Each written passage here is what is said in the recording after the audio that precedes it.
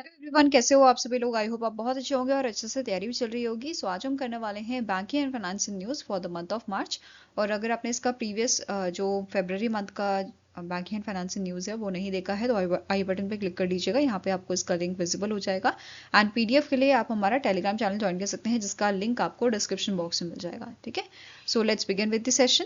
So first आपका question है, the reserve bank of India approve the appointment of K Mistry as the interim part time chairman of which bank. So recently RBI ने approve किया है K Mistry का appointment as a interim part time chairman of HDFC bank. Okay, so answer here is option number C. और K मिस्त्री से पहले इस position पे अतानु चक्रवर्ती जो है सर्व कर रहे थे। एंड यहाँ पे ये as a part time chairman and independent director जो है सर्व कर रहे थे। ठीक है, इन्होंने रिसेंटली रिजाइन दिया है अपनी पोस्ट से। इसके अलावा के मिस्त्री की बात करें तो ये अभी सर्व कर रहे हैं as a chairman HDFC life insurance and independent operating advisor है ये आपके केदारा कैपिटल में। ठीक है, साथ में ही एचडीएफसी के नॉन एग्जीक्यूटिव डायरेक्टर भी ये सर्व कर रहे हैं। फाइन। नाउ नेक्स्ट आपका क्वेश्चन है, city union bank limited appointed which Indian cricketer as its brand ambassador. So recently city union bank ने अपॉइंट किया है रविंद्र जडेजा को एज इट्स ब्रांड एम्बेसडर। ठीक है, तो आंसर आपका यहाँ पे हो जाएगा option number C. Now next आपका क्वेश्चन है, Kotak Mahindra capital company limited divested how much of its share holding in Infina finance private limited for a total value of 1293.91 crore. So recently Kotak Mahindra capital company जो है Kotak Mahindra bank की subsidiary, इसने अपने 30.99% के जो share holding है इन्फियाना फाइनेंस प्राइवेट लिमिटेड में वो डाइवर्स्ट की है with the total value of 1293.91 crore. ठीक है, और इसके साथ अब इनके पास जो है 19 शेयर ही रह गए हैं। ठीक है, पहले 49.99% के शेयर थे, अब सिर्फ ये आफ्टर सेलिंग दिस 30.99% होल्डिंग, ये इनके पास सिर्फ और सिर्फ 19% के शेयर होल्डिंग रह जाएगी इन्फियाना फाइनेंस प्राइवेट लिमिटेड में। ठीक है, और अगर हम ये सेलिंग का प्रोसेस देखें इनके शेयर होल्डिंग का, तो केएमसीसी जो है कोटक महिंद्रा कैपिटल कंपनी जो है, इन्होंने 9.90% स्टेक जो है ये सेल किए हैं derive trading and resort private limited को and bright star investment private limited को। ठीक है, और इसकी टोटल वैल्यू इतनी है। इसके अलावा केएमसीसी ने सेल किए हैं 12.10% stake to the trust link to the states of Rakesh Jhunjhunwala, और इसकी कॉस्ट 505.20 करोड़ की है। और केएमसीसी ने सेल किए हैं 8.99% का stake to the trust for 375.35 crore के। ठीक है, नेक्स्ट आपका क्वेश्चन है, which Indian NBFC recently became signatory to the United Nation global compact. So recently L and T finance जो है ये सिग्नेटरी बनी है यूनाइटेड नेशन ग्लोबल कॉम्पैक्ट का। अब इसके साथ जो एल&टी फाइनेंस है इसको क्या चेंजेस करने पड़ेंगे, बेसिकली जो यूएनजीसी के प्रिंसिपल हैं जैसे ह्यूमन राइट हो गया, लेबर स्टैंडर्ड हो गया, एनवायरमेंट प्रोटेक्शन, एंटी करप्शन, सो ये जो प्रिंसिपल है उनको अपनी बिजनेस स्ट्रैटेजीज में लाना होगा। ठीक है, और यहाँ पे साल में इनको जो है हर साल रिपोर्ट करना होगा कि इनकी क्या प्रोग्रेस है और कैसे ये जो प्रिंसिपल्स हैं इनके वो ये इम्प्लीमेंट कर रहे हैं अपनी बिजनेस स्ट्रैटेजीज में। ठीक है, तो ये सारी चीजें हैं। इसके अलावा एल&टी फाइनेंस के एमडी एंड सीईओ कौन है, सुदीप्ता रॉय, हेडक्वार्टर मुंबई महाराष्ट्र में लोकेटेड है और इसे 1994 में स्टैब्लिश किया गया था। ठीक है, नेक्स्ट आपका क्वेश्चन है, Goldman Sachs lowered India GDP growth forecast for calendar year 2026 to. So Goldman Sachs ने इंडिया की जीडीपी फॉरकास्ट कैलेंडर ईयर 2026 के लिए बताई है 5.9%। ठीक है, पहले से इन्होंने ये कम कर दी है एंड इन्होंने यहाँ पे बताया है इंडिया की जो इन्फ्लेशन रहेगी कैलेंडर ईयर 2026 के लिए 4.6% एंड करंट अकाउंट डेफिसिट जो रहेगा वो रहेगा 2% ऑफ द जीडीपी। ठीक है, अब बात करते हैं स्टैटिक इन्फॉर्मेशन की। गोल्डमैन सैच ग्रुप जो है इसके चेयरमैन एंड सीईओ है David Solomon, headquarter New York USA में लोकेटेड है और इसकी शुरुआत 1869 में की गई थी। ठीक है, नेक्स्ट आपका क्वेश्चन है, which Indian fintech company partnered with Sarvam AI to introduce voice led multilingual digital commerce solution. So recently Razorpay जो है इन्होंने अभी यहाँ पे पार्टनरशिप की है सर्वम एआई के साथ। ठीक है, किसने की है, रेजर पे ने ये कोलैबोरेशन किया है सर्वम एआई के साथ। और यहाँ पे बेसिकली जो मतलब यूजर है वो इजीली प्रोडक्ट्स को डिस्कवर कर पाएगा, उनके ऑर्डर्स दे पाएगा और पेमेंट कंप्लीट कर पाएगा थ्रू दी वॉइस कमांड। ठीक है, और वो अपनी प्रेफर्ड लैंग्वेज में जो है ये टास्क परफॉर्म कर सकता है। सो आंसर आपका यहाँ पे हो जाएगा, it is option number B, that is Razorpay के साथ सर्वम एआई का पार्टनरशिप हुआ है। ठीक है, now this feature will first introduced on the Sarvam AI Indus application with Swiggy as a early partner enabling voice based food ordering. ठीक है, next is the Ministry of Rural Development conferred the National Award for Outstanding Performance in Self-Help Group Bank Linkage 2024-2025 to which bank? So Ministry of Rural Development ने ये award दिया है to the Karnataka Gramina Bank। ठीक है, so answer is option number E, that is Karnataka Grameen bank को national award for outstanding performing in self help group banking linkage 2024-2025 के लिए दिया गया है। ठीक है, and this award is presented by the union minister Shivraj Singh Chauhan.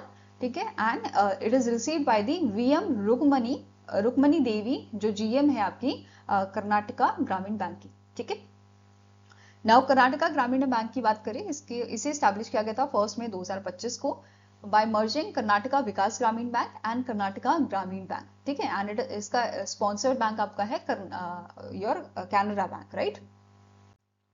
Next question आता है, एसबीआई जनरल इंश्योरेंस जो है इन्होंने लॉन्च किया है एक कैंपेन। ठीक है, the SBI general insurance has launch a integrated brand campaign title चुनिए भरोसा अपना सा which focuses on health insurance. Who was appointed as a brand ambassador of this campaign? So recently इसके ब्रांड एम्बेसडर जो है appoint किए गए हैं पंकज त्रिपाठी जी। ठीक है, सो आंसर हो जाएगा ऑप्शन नंबर बी। अब एसबीआई जनरल इंश्योरेंस की बात कर रहे हैं तो इसकी शुरुआत 2009 में हुई थी, इसको इनकॉर्पोरेट किया गया था 2009 में। हेडक्वार्टर जो है वो लोकेटेड है आपका मुंबई महाराष्ट्र में, और ये आपका जॉइंट वेंचर है SBI and Nepean opportunities LLP का। ठीक है, नाउ नेक्स्ट आपका क्वेश्चन है, स्वतंत्र Microfin private limited recently completed its amalgamation with which two companies to form India's second largest NBFC microfinance institution? So recently स्वतंत्र Microfin private limited का complete एमलगेशन हुआ है। ठीक है, इन्होंने अपना मतलब एमलगेशन कंप्लीट किया है with Chaitanya India fin credit private limited and Swatantra holding private limited. इनके साथ ये आपका एमलगेशन इनका हुआ है and it becomes the India second largest NBFC micro finance institution, right. Now next आपका क्वेश्चन है, the Japan International Cooperation Agency recently signed ODA loan agreements worth how much with Government of India to fund 4 major projects across Punjab, Maharashtra and Karnataka. So JICA जो Japan की आपकी organisation है, इसने recently ODA loan agreement sign किए हैं India के साथ। ODA loan क्या होते हैं? लो इंटरेस्ट के लोन होते हैं, लॉन्ग टर्म्स के लिए ये आपके चलते हैं। ठीक है, सो रिसेंटली जापान की ऑर्गेनाइजेशन ने ये इंडिया के साथ ODA लोन्स अग्रीमेंट साइन किए हैं सपोर्ट करने के लिए 4 मेजर प्रोजेक्ट्स आपके पंजाब, महाराष्ट्र एंड कर्नाटका में। ठीक है, कौन से प्रोजेक्ट हैं वो अभी हम डिटेल में पढ़ेंगे। नाउ क्वेश्चन क्या पूछा है कि अमाउंट क्या है इस लोन का, तो इट इज 16,420 करोड़। ठीक है, इतने अमाउंट के ये लोन आपका जो है अभी यहाँ पे साइन किया गया है इंडिया और जापान के बीच में, राइट। नाउ एक एक करके प्रोजेक्ट की बात करते हैं। तो महाराष्ट्र का हेल्थ केयर प्रोजेक्ट है, इसको सपोर्ट करने के लिए ये अग्रीमेंट साइन हुआ है और इनका लोन रहेगा 62,294 मिलियन जापानीज येन का। ठीक है, इसका मेन एम क्या है?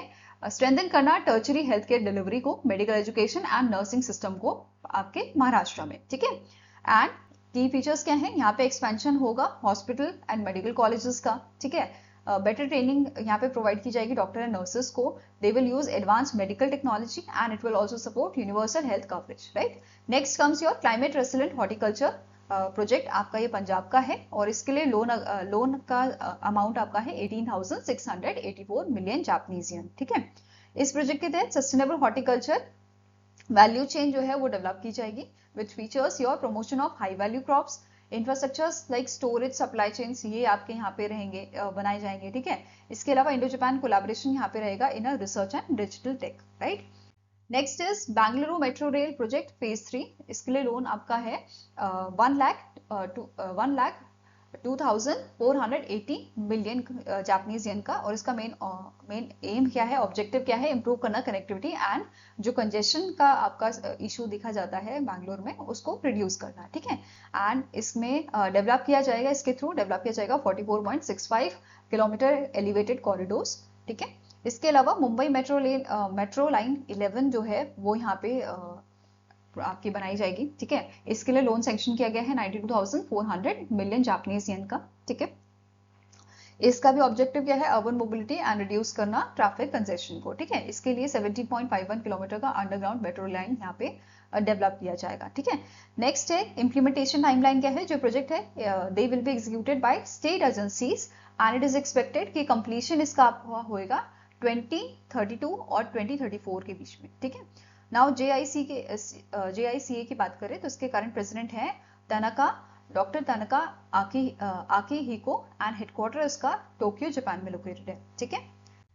Now next आपका क्वेश्चन है what is the name of our next generation trading platform which is launched by the HDFC Securities Limited. So recently HDFC Securities Limited द्वारा एक प्लेटफॉर्म लॉन्च किया गया है, ट्रेडिंग प्लेटफॉर्म, जिसका नाम रखा गया है नेक्स्ट ऑप्शन, ठीक है। आंसर यहाँ पे आपका हो जाएगा, it is option number D. Now next आपका क्वेश्चन है Standard and Poor that is S&P Global raised India's GDP forecast growth forecast for financial year 2027 to how many basis point to 7.1%. So recently S&P जो है, जो आपका standard and poor है, इन्होंने India की GDP growth forecast जो है financial year 2027 के लिए बताई है 7.1% एंड ये पहले से इन्होंने 40 बेसिस पॉइंट इंक्रीज की है, ठीक है। So answer is option number C. कभी कभी बेसिस पॉइंट भी पूछ लिया जाता है आपसे, फाइन। फाइनेंशियल ईयर 2028 के लिए 7.2% बताई है और 29 के लिए 7.0% ये आपकी बताई गई है, ठीक है, प्रोजेक्ट की गई है। इसके अलावा इन्फ्लेशन की बात करें तो फाइनेंशियल ईयर 2027 के लिए 4.3% बताई गई है एंड फाइनेंशियल ईयर 2026 के लिए 2.5% इन्होंने प्रिडिक्ट की है, ठीक है।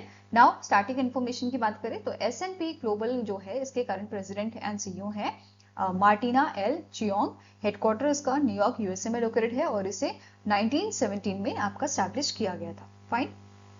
नेक्स्ट आपको क्वेश्चन है what is the name of initiative recently launched by SEBI to protect investors against fraudulent mobile application and ensure safe digital investing in India. So basically एक इनिशिएटिव सेबी ने launch किया है, किस चीज के लिए लॉन्च किया है, हमारे जो इन्वेस्टर हैं, ठीक है, इंडिया के जो इन्वेस्टर हैं उनको प्रोटेक्ट करने के लिए against fraudulent mobile application. Basically क्या हुआ है, recently 1.3 lakh fraudulent investment app जो है वो रिपोर्ट की गई हैं। आप देखो कितने लाखों में ये ऐप आपकी हैं और इनको रिपोर्ट किया गया है कि ये फ्रॉड ऐप्स हैं, ठीक है। इसमें आपकी लगभग 66 जो है वो फेक ट्रेडिंग ऐप्स भी यहाँ पे हमें देखने को मिली हैं और जो हमारे इन्वेस्टर्स हैं वो गलत ऐप पे ना जाए, इस वजह से सेबी ने एक इनिशिएटिव यहाँ पे लॉन्च किया है जिसका नाम है वेरीफाइड एप्लीकेशन लेबल, ठीक है। जैसे एक्स पे आप जाते हो तो वेरीफाइड अकाउंट आपको पता चल जाता है, उसके लिए अलग आपको जो है सिंबल मिल जाता है, राइट।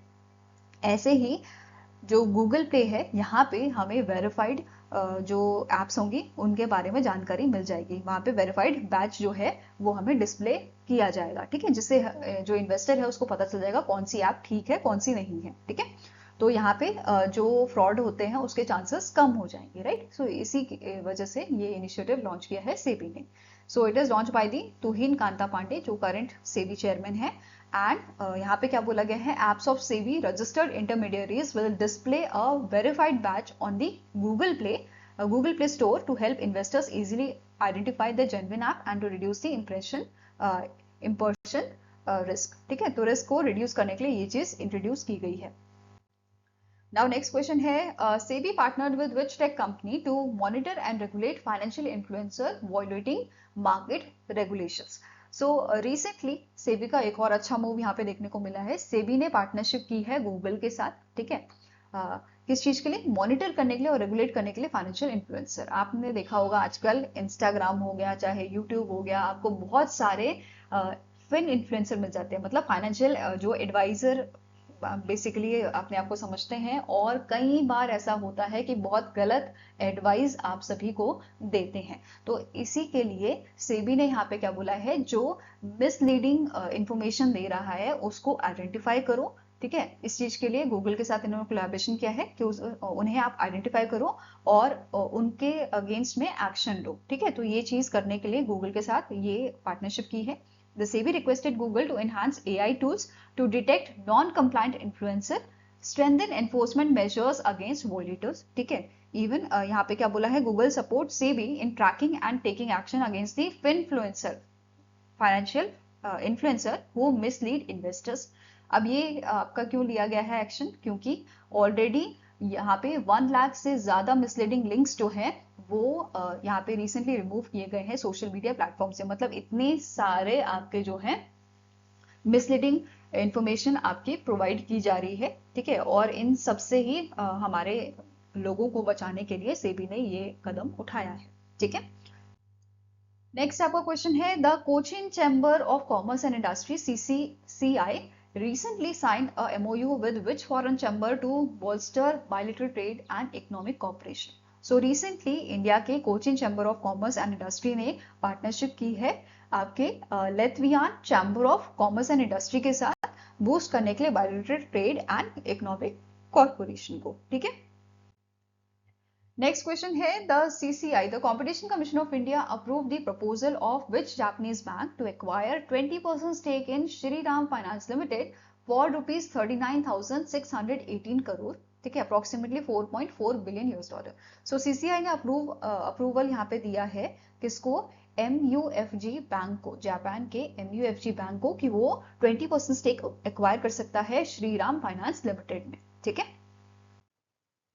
नेक्स्ट क्वेश्चन है, IIFL होम फाइनेंस लिमिटेड, इन्होंने एक अग्रीमेंट जो है, इन्होंने एक लोन अग्रीमेंट वर्थ $300 मिलियन का साइन किया है with one of the international organisation to promote women's housing finance in India, ठीक है। सो IIFL होम फाइनेंस लिमिटेड का अग्रीमेंट साइन हुआ है $300 मिलियन का with the Asian development bank, ठीक है। किसके साथ साइन हुआ है, एशियन डेवलपमेंट बैंक के साथ, और इनका मेन एम क्या है, स्पेशली ये फोकस कर रहे हैं विमेन हाउसिंग फाइनेंस पे इंडिया में, ठीक है। नाउ थोड़ा डिटेल में पढ़ते हैं। ये जो डील है, it includes 150 million from ADB, मतलब 300 बिलियन $US का ये अग्रीमेंट है, और इसमें से 150 ADB दे रहा है, और 150 जो है $150 मिलियन ये पार्टनर्स यहाँ पे देंगे। पार्टनर आपके यहाँ पे पार्टनर्स कौन कौन से हैं, जापान का MUFG bank, Emirates NBD, Sampath bank, ठीक है, देन हथौन नेशनल बैंक, तो ये सारे आपके पार्टनर्स में आ जाते हैं, ठीक है। इसके अलावा जो फंड है ये प्रोवाइड करेगा mortgages to the women's in a low income urban, peri urban areas and lagging states to address India's housing shortage of 31 million units by 2030, ठीक है। इसके अलावा यहाँ पे क्या था, ये फोकस करेगा at least 25% of proceeds will finance green certified affordable homes, okay. Next is, the West Bengal government has approved two major development projects worth 4,648 crore in partnership with the Asian Development Bank to strengthen secondary education and child nutrition infrastructure in the state. What is the funding pattern of these projects? So यहाँ पे 4,648 करोड़ का जो है agreement basically आपका partnership basically हुई है Asian development bank के साथ, किसकी, वेस्ट बंगाल गवर्नमेंट के साथ, दो प्रोजेक्ट्स के लिए। पहला आपका फोकस करता है सेकेंडरी एजुकेशन पे, दूसरा फोकस करता है चाइल्ड न्यूट्रिशन इंफ्रास्ट्रक्चर पे, ठीक है। इन दोनों प्रोजेक्ट्स के लिए पार्टनरशिप की गई है। नाउ क्वेश्चन इज कि फंडिंग पैटर्न इसका क्या रहेगा, ठीक है। सो फंडिंग पैटर्न रहेगा 70-30, 70 for Asian development bank and West Bengal government जो है ये यहाँ पे 30% जो है प्रोवाइड करेगी आपका फंडिंग, ठीक है। सो 70-30 is the right answer, okay. Now detail में पढ़ते हैं दोनों प्रोजेक्ट्स को। प्रोजेक्ट 1 है मॉडर्नाइजेशन ऑफ सेकेंडरी स्कूल्स, जिसमें 430 सेकेंडरी स्कूल्स कवर्ड हैं।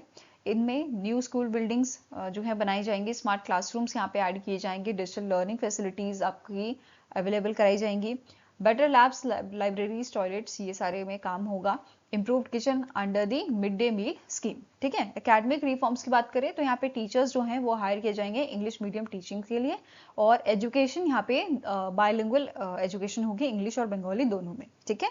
सेकेंड प्रोजेक्ट आपका था अपग्रेड करना integrated child development services, child nutrition पे बेसिकली ये फोकस करेंगे। इसका टोटल कॉस्ट 2,148 करोड़ का रहेगा, एंड इसमें से स्टेट शेयर रहेगा 644.4 करोड़ का, ठीक है। पर्पस क्या है, अपग्रेड करना आपके integrated child development services centres को under integrated child development services, ठीक है, and it will focus on pre school education, child nutrition and health services, fine.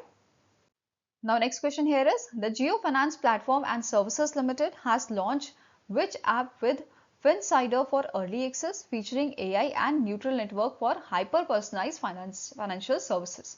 So Jio Finance Platform and Services Limited जो है इन्होंने एक app launch की है जिसका नाम है जियो फाइनेंस, ठीक है। और इन्होंने ये लॉन्च की है विद अ फिनसाइडर, ठीक है, फिनसाइडर फॉर अर्ली एक्सेस, जिसमें एआई और neutral network for hyper personalised financial services आपके शामिल होंगी, ठीक है। Next question is, the Central Bank of India has signed a distribution agreement with which asset management company to offer mutual fund products. So recently central bank of India ने एक distribution agreement जो है वो sign किया है, किसके साथ sign किया है, आपके Canara Robeco asset management company limited के साथ साइन किया है ऑफर करने के लिए म्यूचुअल फंड प्रोडक्ट्स को, ठीक है। So answer here is option number D. अब बात करें इस कंपनी की, सो ये जॉइंट वेंचर है कैनरा बैंक का, कैनरा बैंक में इसका इस जॉइंट वेंचर में कैनरा बैंक का 51% स्टेक है एंड 41% आपका है Orix corporation Europe from the Europe, okay. Now next आपका question है, the Indian AI firm Janani.ai partnered with which fintech company to launch an agentic AI powered collection platform.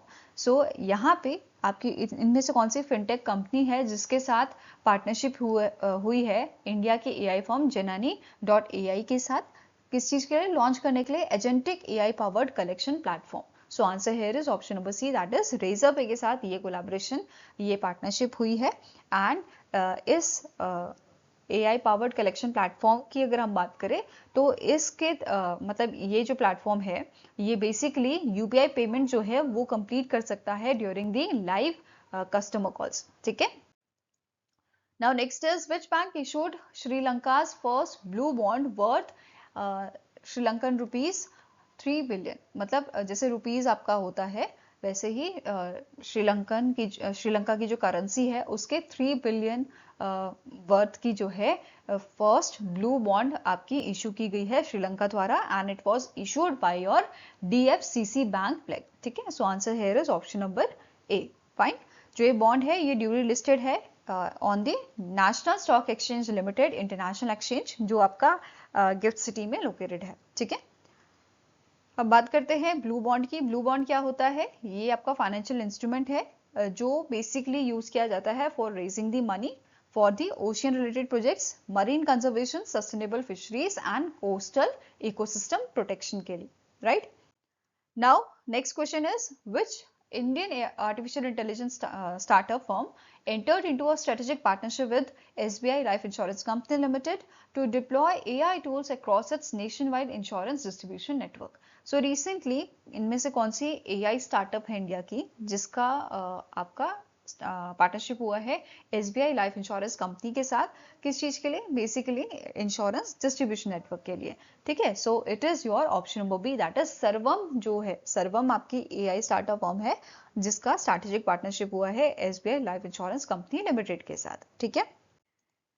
Next question है, the reserve bank of India impose a monetary penalty worth dash on Mahindra and Mahindra Financial Services Limited for regulatory non-compliance observed during the financial year 2025 inspection.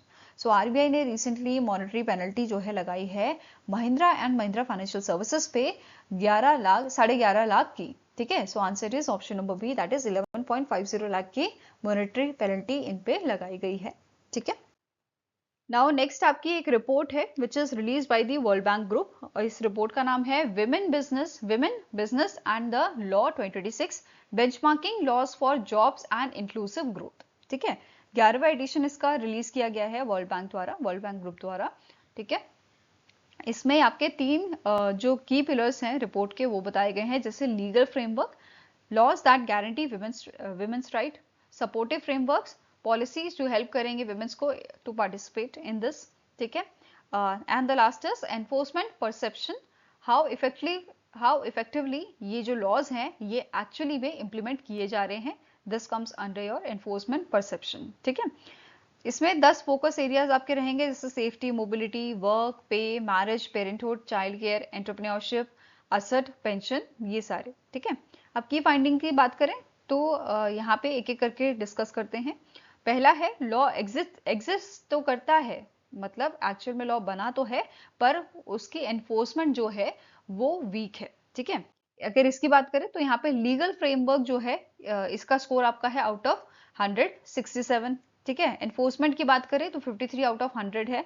Supportive framework की बात करें तो 100 में से 47% यहाँ पे ये चीजें एक्चुअली हो रही हैं, ठीक है। ग्लोबल एवरेज स्कोर ये यहाँ पे बताए गए हैं, ठीक है।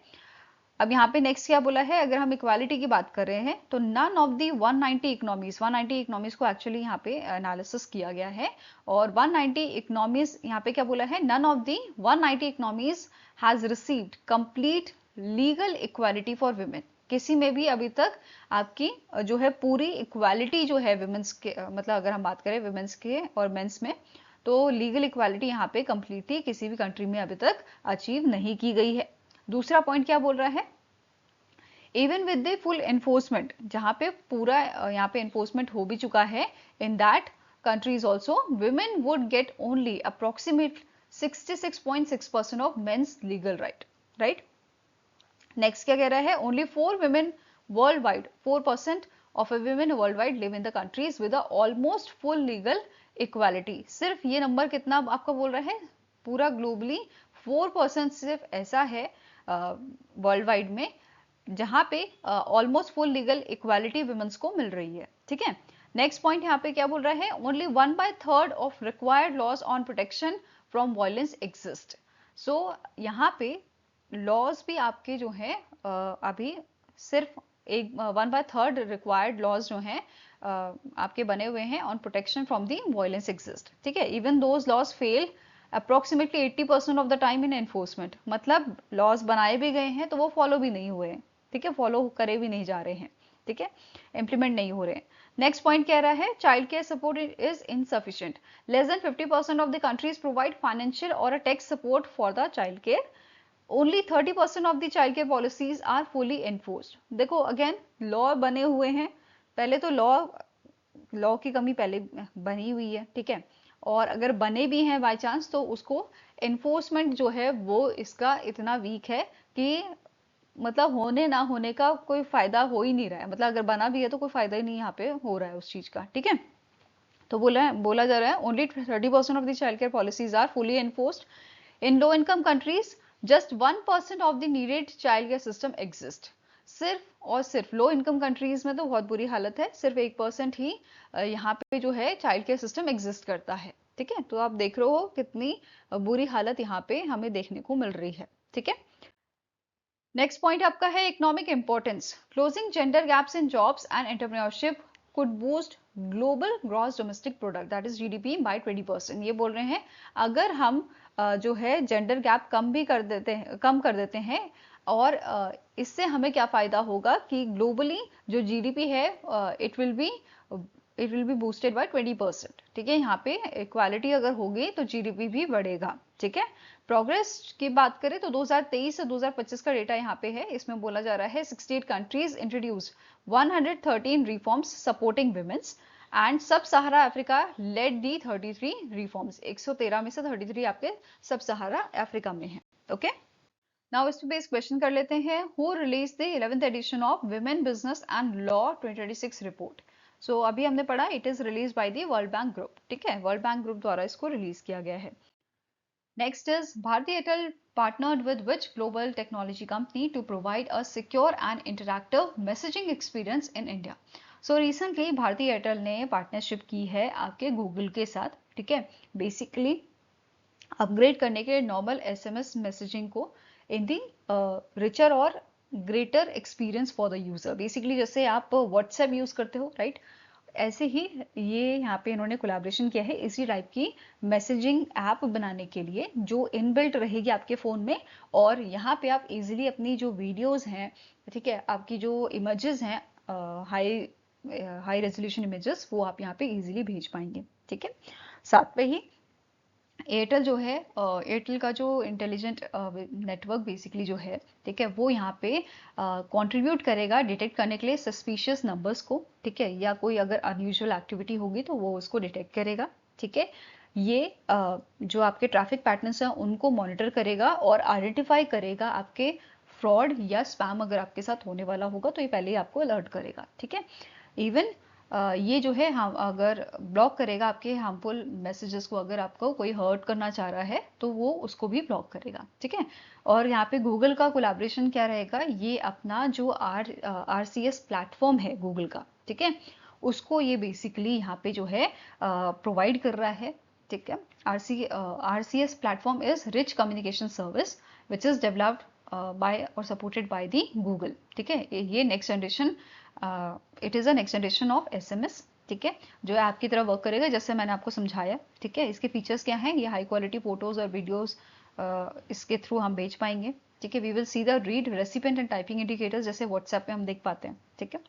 सो इस टाइप की फीचर्स ये हमें प्रोवाइड करेगा। ये advance spam detection and filtering system इसमें आपका रहता है, ठीक है। साथ में AI बेस्ड टूल्स ये यहाँ पे यूज़ करेगा स्कैम मैसेजेस को आइडेंटिफाई करने के लिए, और फिशिंग अटेम्प्ट अगर कोई करेगा तो उसको आइडेंटिफाई करने के लिए ये यहाँ पे AI टूल्स भी यूज़ करेंगे, ठीक है। नेक्स्ट आपका न्यूज़ है annual and quarterly gross domestic product, यहाँ पे जो है न्यू सीरीज बेसिकली इसकी लॉन्च की गई है with a new base year of 2022-2023, ठीक है। किसने रिलीज किया है, नेशनल स्टैटिस्टिक्स ऑफिस ने रिलीज इसे किया है, ठीक है। इसमें रियल GDP जो आपकी रहेगी वो रहेगी 7.6%, and it is 322.58 lakh crore, ठीक है। देन नॉमिनल GDP बताई गई है आपकी, नॉमिनल GDP ग्रोथ यहाँ पे 8.6% की रहेगी। बेस ईयर GDP है आपकी फॉर द फाइनेंशियल ईयर 2023, ये भी मेंशन की गई थी, 261.18 लाख करोड़ की यहाँ पे है। इसके अलावा ग्रॉस वैल्यू एडेड की बात करें तो रियल GVA आपका रहेगा फाइनेंशियल ईयर 2026 के लिए 294.40 lakh crore with a growth of 7.7%, ठीक है। वहीं पे नॉमिनल GVA रहेगा आपका 8.7% का। क्वार्टरली GDP ट्रेंड्स यहाँ पे बताए गए हैं फाइनेंशियल ईयर 2026 के लिए। क्वार्टर 1 के लिए 7.8, 2 के लिए 8.2, 3 के लिए 7.8 and quarter 3 of financial year 2026 अक्टूबर से दिसंबर तक जो है ये यहाँ पे मेंशन किए गए हैं। जैसे real GDP 7.8% growth, nominal GDP 8.9%, real GVA 7.8%, nominal GVA 8.2% growth के साथ यहाँ पे देखने को मिलेगा, ठीक है। इसके अलावा सेक्टरल ग्रोथ की बात करें फाइनेंशियल ईयर 2026 की and quarter 3 of financial year 2026 की, तो प्राइमरी सेक्टर जिसमें एग्रीकल्चर माइनिंग ये इंक्लूडेड है आपका, तो ये हमें ग्रोथ शो करेगा 2.6% की एंड 1.7% की इन क्वार्टर 3। मैन्युफैक्चरिंग की बात करें 11.5% शो करेगा फाइनेंशियल ईयर 2026 में एंड क्वार्टर 3 के लिए 13.3%, ठीक है। ये ओवरऑल है और ये आपका क्वार्टर वाइज है, ठीक है। सेकेंडरी एंड टर्शियरी सेक्टर की बात करें तो अब 9% ग्रोथ यहाँ पे रहेगी। वहीं पे trade, hotels, transport, communication, storage, इसमें ग्रोथ देखने को मिलेगी 10.1%, ठीक है। एक्सपेंडिचर कंपोनेंट की बात करें तो आपका जो ग्रॉस फिक्स कैपिटल फॉर्मेशन है ये देखने को मिलेगा 7.1% फाइनेंशियल ईयर 2026 में, 7.8% क्वार्टर 3 में। Government final consumption expenditure 6.6% for the financial year 2026 and quarter 3 के लिए 4.7%। वहीं पे प्राइवेट फाइनल कंजप्शन एक्सपेंडिचर जो है आपका वो 7.7% रहेगा एंड 8.7% क्वार्टर 3 के लिए रहेगा, ठीक है। Now next question है, which sector emerged as a primary engine of a growth under the revised GDP series in financial year 2026? So अभी हमने पढ़ा मैन्युफैक्चरिंग सेक्टर जो है इसमें सबसे ज्यादा ग्रोथ देखने को मिलेगी 1.5% की, ठीक है, फाइनेंशियल ईयर 2026 में। Okay, so answer is option number C. Now next आपका क्वेश्चन है, India INX Global Access IFSC Limited entered into a strategic partnership with which banking unit to expand global investment access? So recently India INX Global Access IFSC limited जो है इन्होंने recently partnership की है आपके HSBC IFSC banking unit के साथ for expanding the global investment access, ठीक है।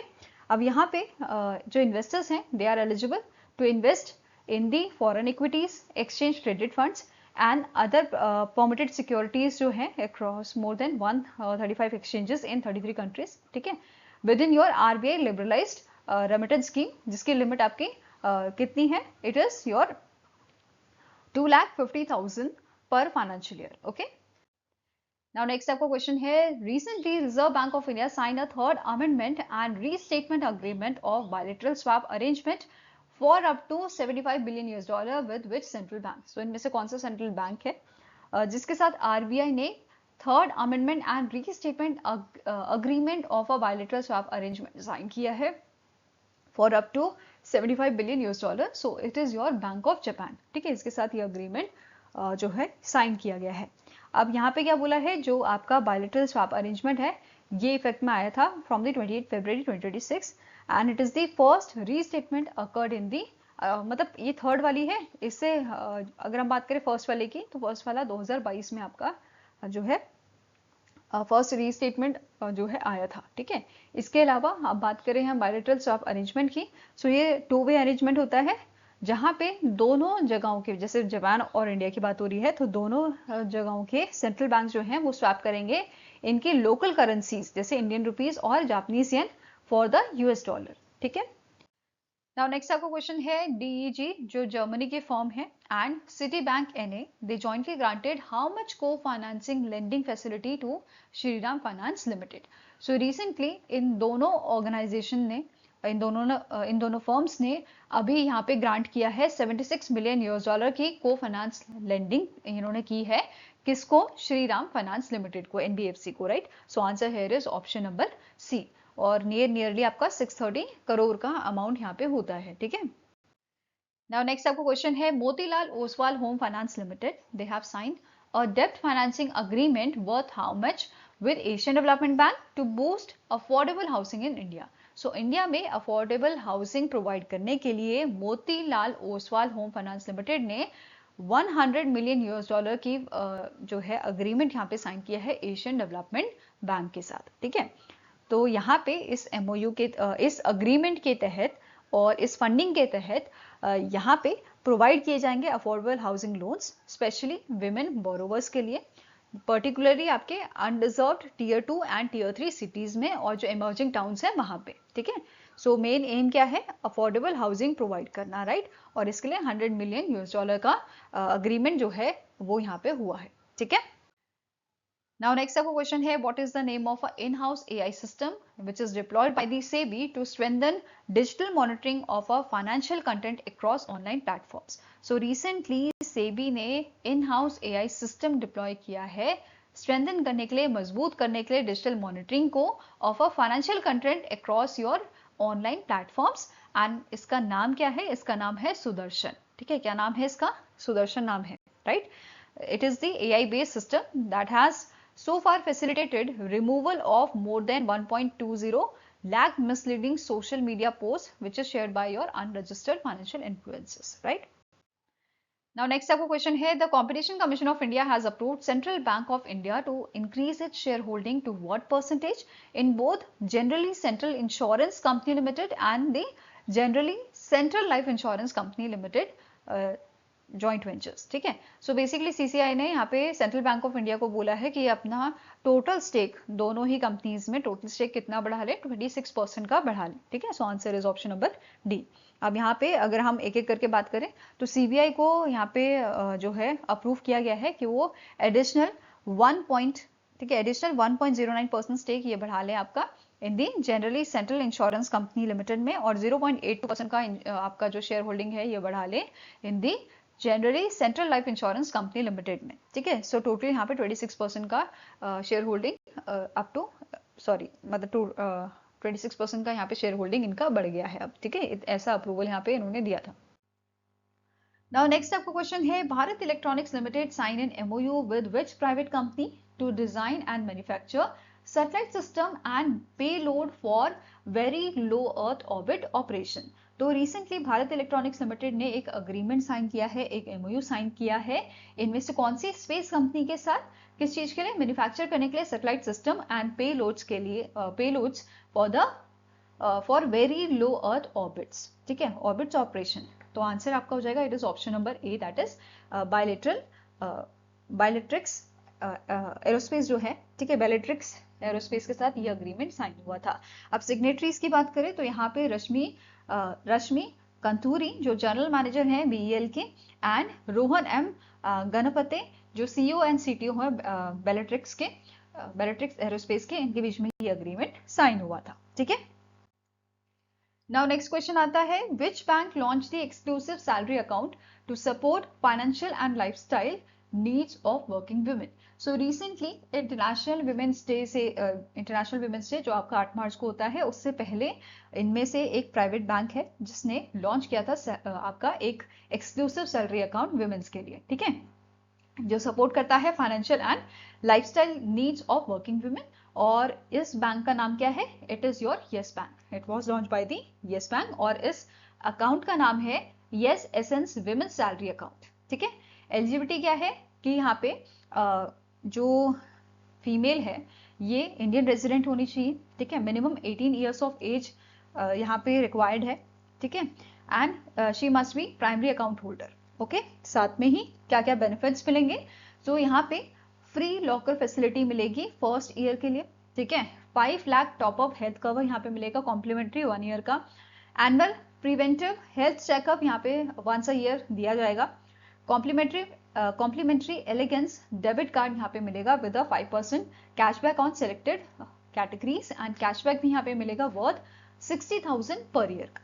ओके, नेक्स्ट क्वेश्चन है which Indian company sign a MOU with सेस्मोस हेथ टेक्नोलॉजी लिमिटेड, जो आपकी बैंगलोर की कंपनी है, to enhance indigenous defense manufacturing capabilities and increase export potential of a defense system। So इनमें से कौन सी आपकी इंडियन कंपनी है, बेसिकली इनमें से कौन सी कंपनी है आपकी जिसने एमओयू साइन किया है सेस्मोस हेथ टेक्नोलॉजी लिमिटेड के साथ, किस चीज के लिए, इंडिजीनियसली डिफेंस मैन्युफैक्चरिंग कैपेबिलिटीज को आपका जो है बढ़ाने के लिए एंड एक्सपोर्ट पोटेंशियल जो है डिफेंस सिस्टम का वो इंक्रीज करने के लिए। सो answer here is Bharat Electronics limited. ठीक है, कौन सी कंपनी है, it is Bharat Electronics limited, जिसके करंट सीएमडी है मनोज जैन, हेडक्वार्टर बेंगलुरु कर्नाटका में लोकेटेड है और इसे 1954 में एस्टैब्लिश किया गया था। ठीक है, नेक्स्ट आपका क्वेश्चन है state bank of India launch a syndicated social term loan facility worth how much to boost women's economic empowerment।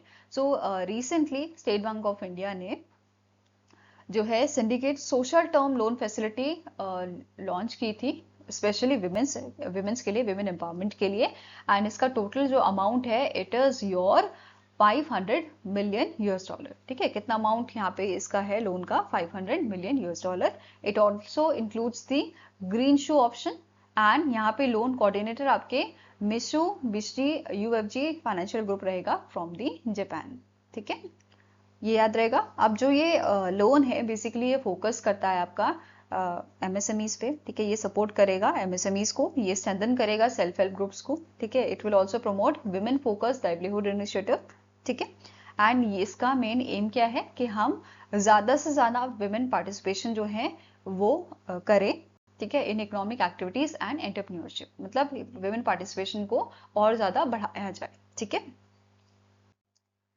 Next आपका न्यूज है national climate stack innovation challenge, एक जो है आपका इनिशिएटिव था जिसको नाबार्ड द्वारा लॉन्च किया गया है in partnership with the Gates foundation and Dalberg advisor. ठीक है, इन दोनों की पार्टनरशिप में नाबार्ड ने लॉन्च किया था national climate stack innovation challenge, जिसका मेन ऑब्जेक्टिव क्या है, बिल्ड करना नेशनल क्लाइमेट स्टैक प्रोवाइड करने के लिए decision ready climate intelligence for your agriculture, rural finance and for the public planning। ठीक है, ये जो प्रोजेक्ट है it is anchored in the DiCRA, that is data in climate resilience agriculture. NABARD का जो क्लाइमेट डेटा प्लेटफॉर्म है, transition करने के लिए transition it from the digital public good into a digital public infrastructure. ठीक है, now अब यहाँ पे टारगेट क्या है इसका, it's target is to open to India's scientific and innovation ecosystem which includes your tech startups, research institutions,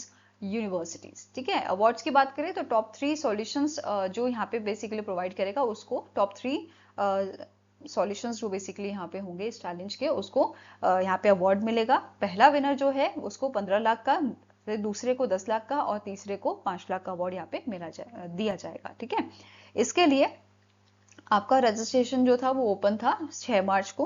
ठीक है, ओपन किया गया था एंड इसका जो डेवलपमेंट है, मतलब जो सॉल्यूशन बेसिकली डेवलप किया जाएगा अंडर दिस चैलेंज, उसके लिए अप्रैल से मई तक का समय यहाँ पे दिया गया है, 6 to 8 वीक्स यहाँ पे दिए गए हैं। ठीक है, नाउ इस पे भी इस क्वेश्चन कर लेते हैं। The national climate stack innovation challenge was launch by NABARD in collaboration with which organisation. तो नाबार्ड ने इसे लॉन्च किया था along with the Gates foundation and Dalberg advisor. ठीक है, सो आंसर आपका यहाँ पे हो जाएगा option number B. Next question है who has been appointed as a interim CEO of a Fino payment bank with RBI's approval. तो आरबीआई ने रिसेंटली जो है अपॉइंट किया है interim CEO Fino payment bank का, और इनका नाम क्या है, केतन मर्चेंट। ठीक है, इनको इंटरिम सीईओ बनाया गया है फिनो पेमेंट बैंक का, और इन्होंने जो है रिप्लेस किया है, सक्सीड किया है ऋषि गुप्ता को। इनसे पहले इस पोजीशन पे ऋषि गुप्ता आपके थे। ठीक है, इसके अलावा अब केतन मर्चेंट जो है इनका प्रीवियस रोल था एज अ सीएफओ, और इनकी जगह पे इंटरिम सीएफओ बनाए गए हैं अनूप अग्रवाल। ओके, नाउ इसके अलावा एक और चीज, कि जो फिनो पेमेंट बैंक है इसको आरबीआई ने दिसंबर 2025 में इन प्रिंसिपल अप्रूवल बेसिकली दिया था किस चीज के लिए, कन्वर्ट करने के लिए फिनो पेमेंट बैंक को into a small finance bank. ठीक है, सो ये अप्रूवल भी यहाँ पे आरबीआई ने इनको दिया था। Okay, next is HDFC Bank Limited jointly launched 2 new co-branded credit cards with which platform?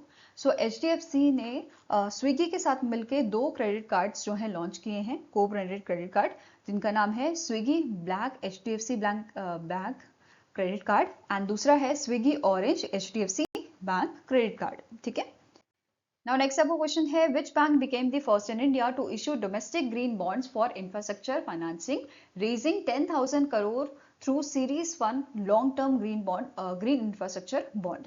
तो कौन से बैंक जो है पहला बैंक बना है इंडिया का जिसने इशू किया है डोमेस्टिक ग्रीन बॉन्ड्स, किसके लिए, इंफ्रास्ट्रक्चर फाइनेंसिंग के लिए, रेजिंग 10,000 करोड़, ठीक है, through its series 1 long term green infrastructure bond और it is launch by your bank of Baroda. ठीक है, किसने लॉन्च किया है, बैंक ऑफ बड़ौदा द्वारा इसको लॉन्च किया गया है।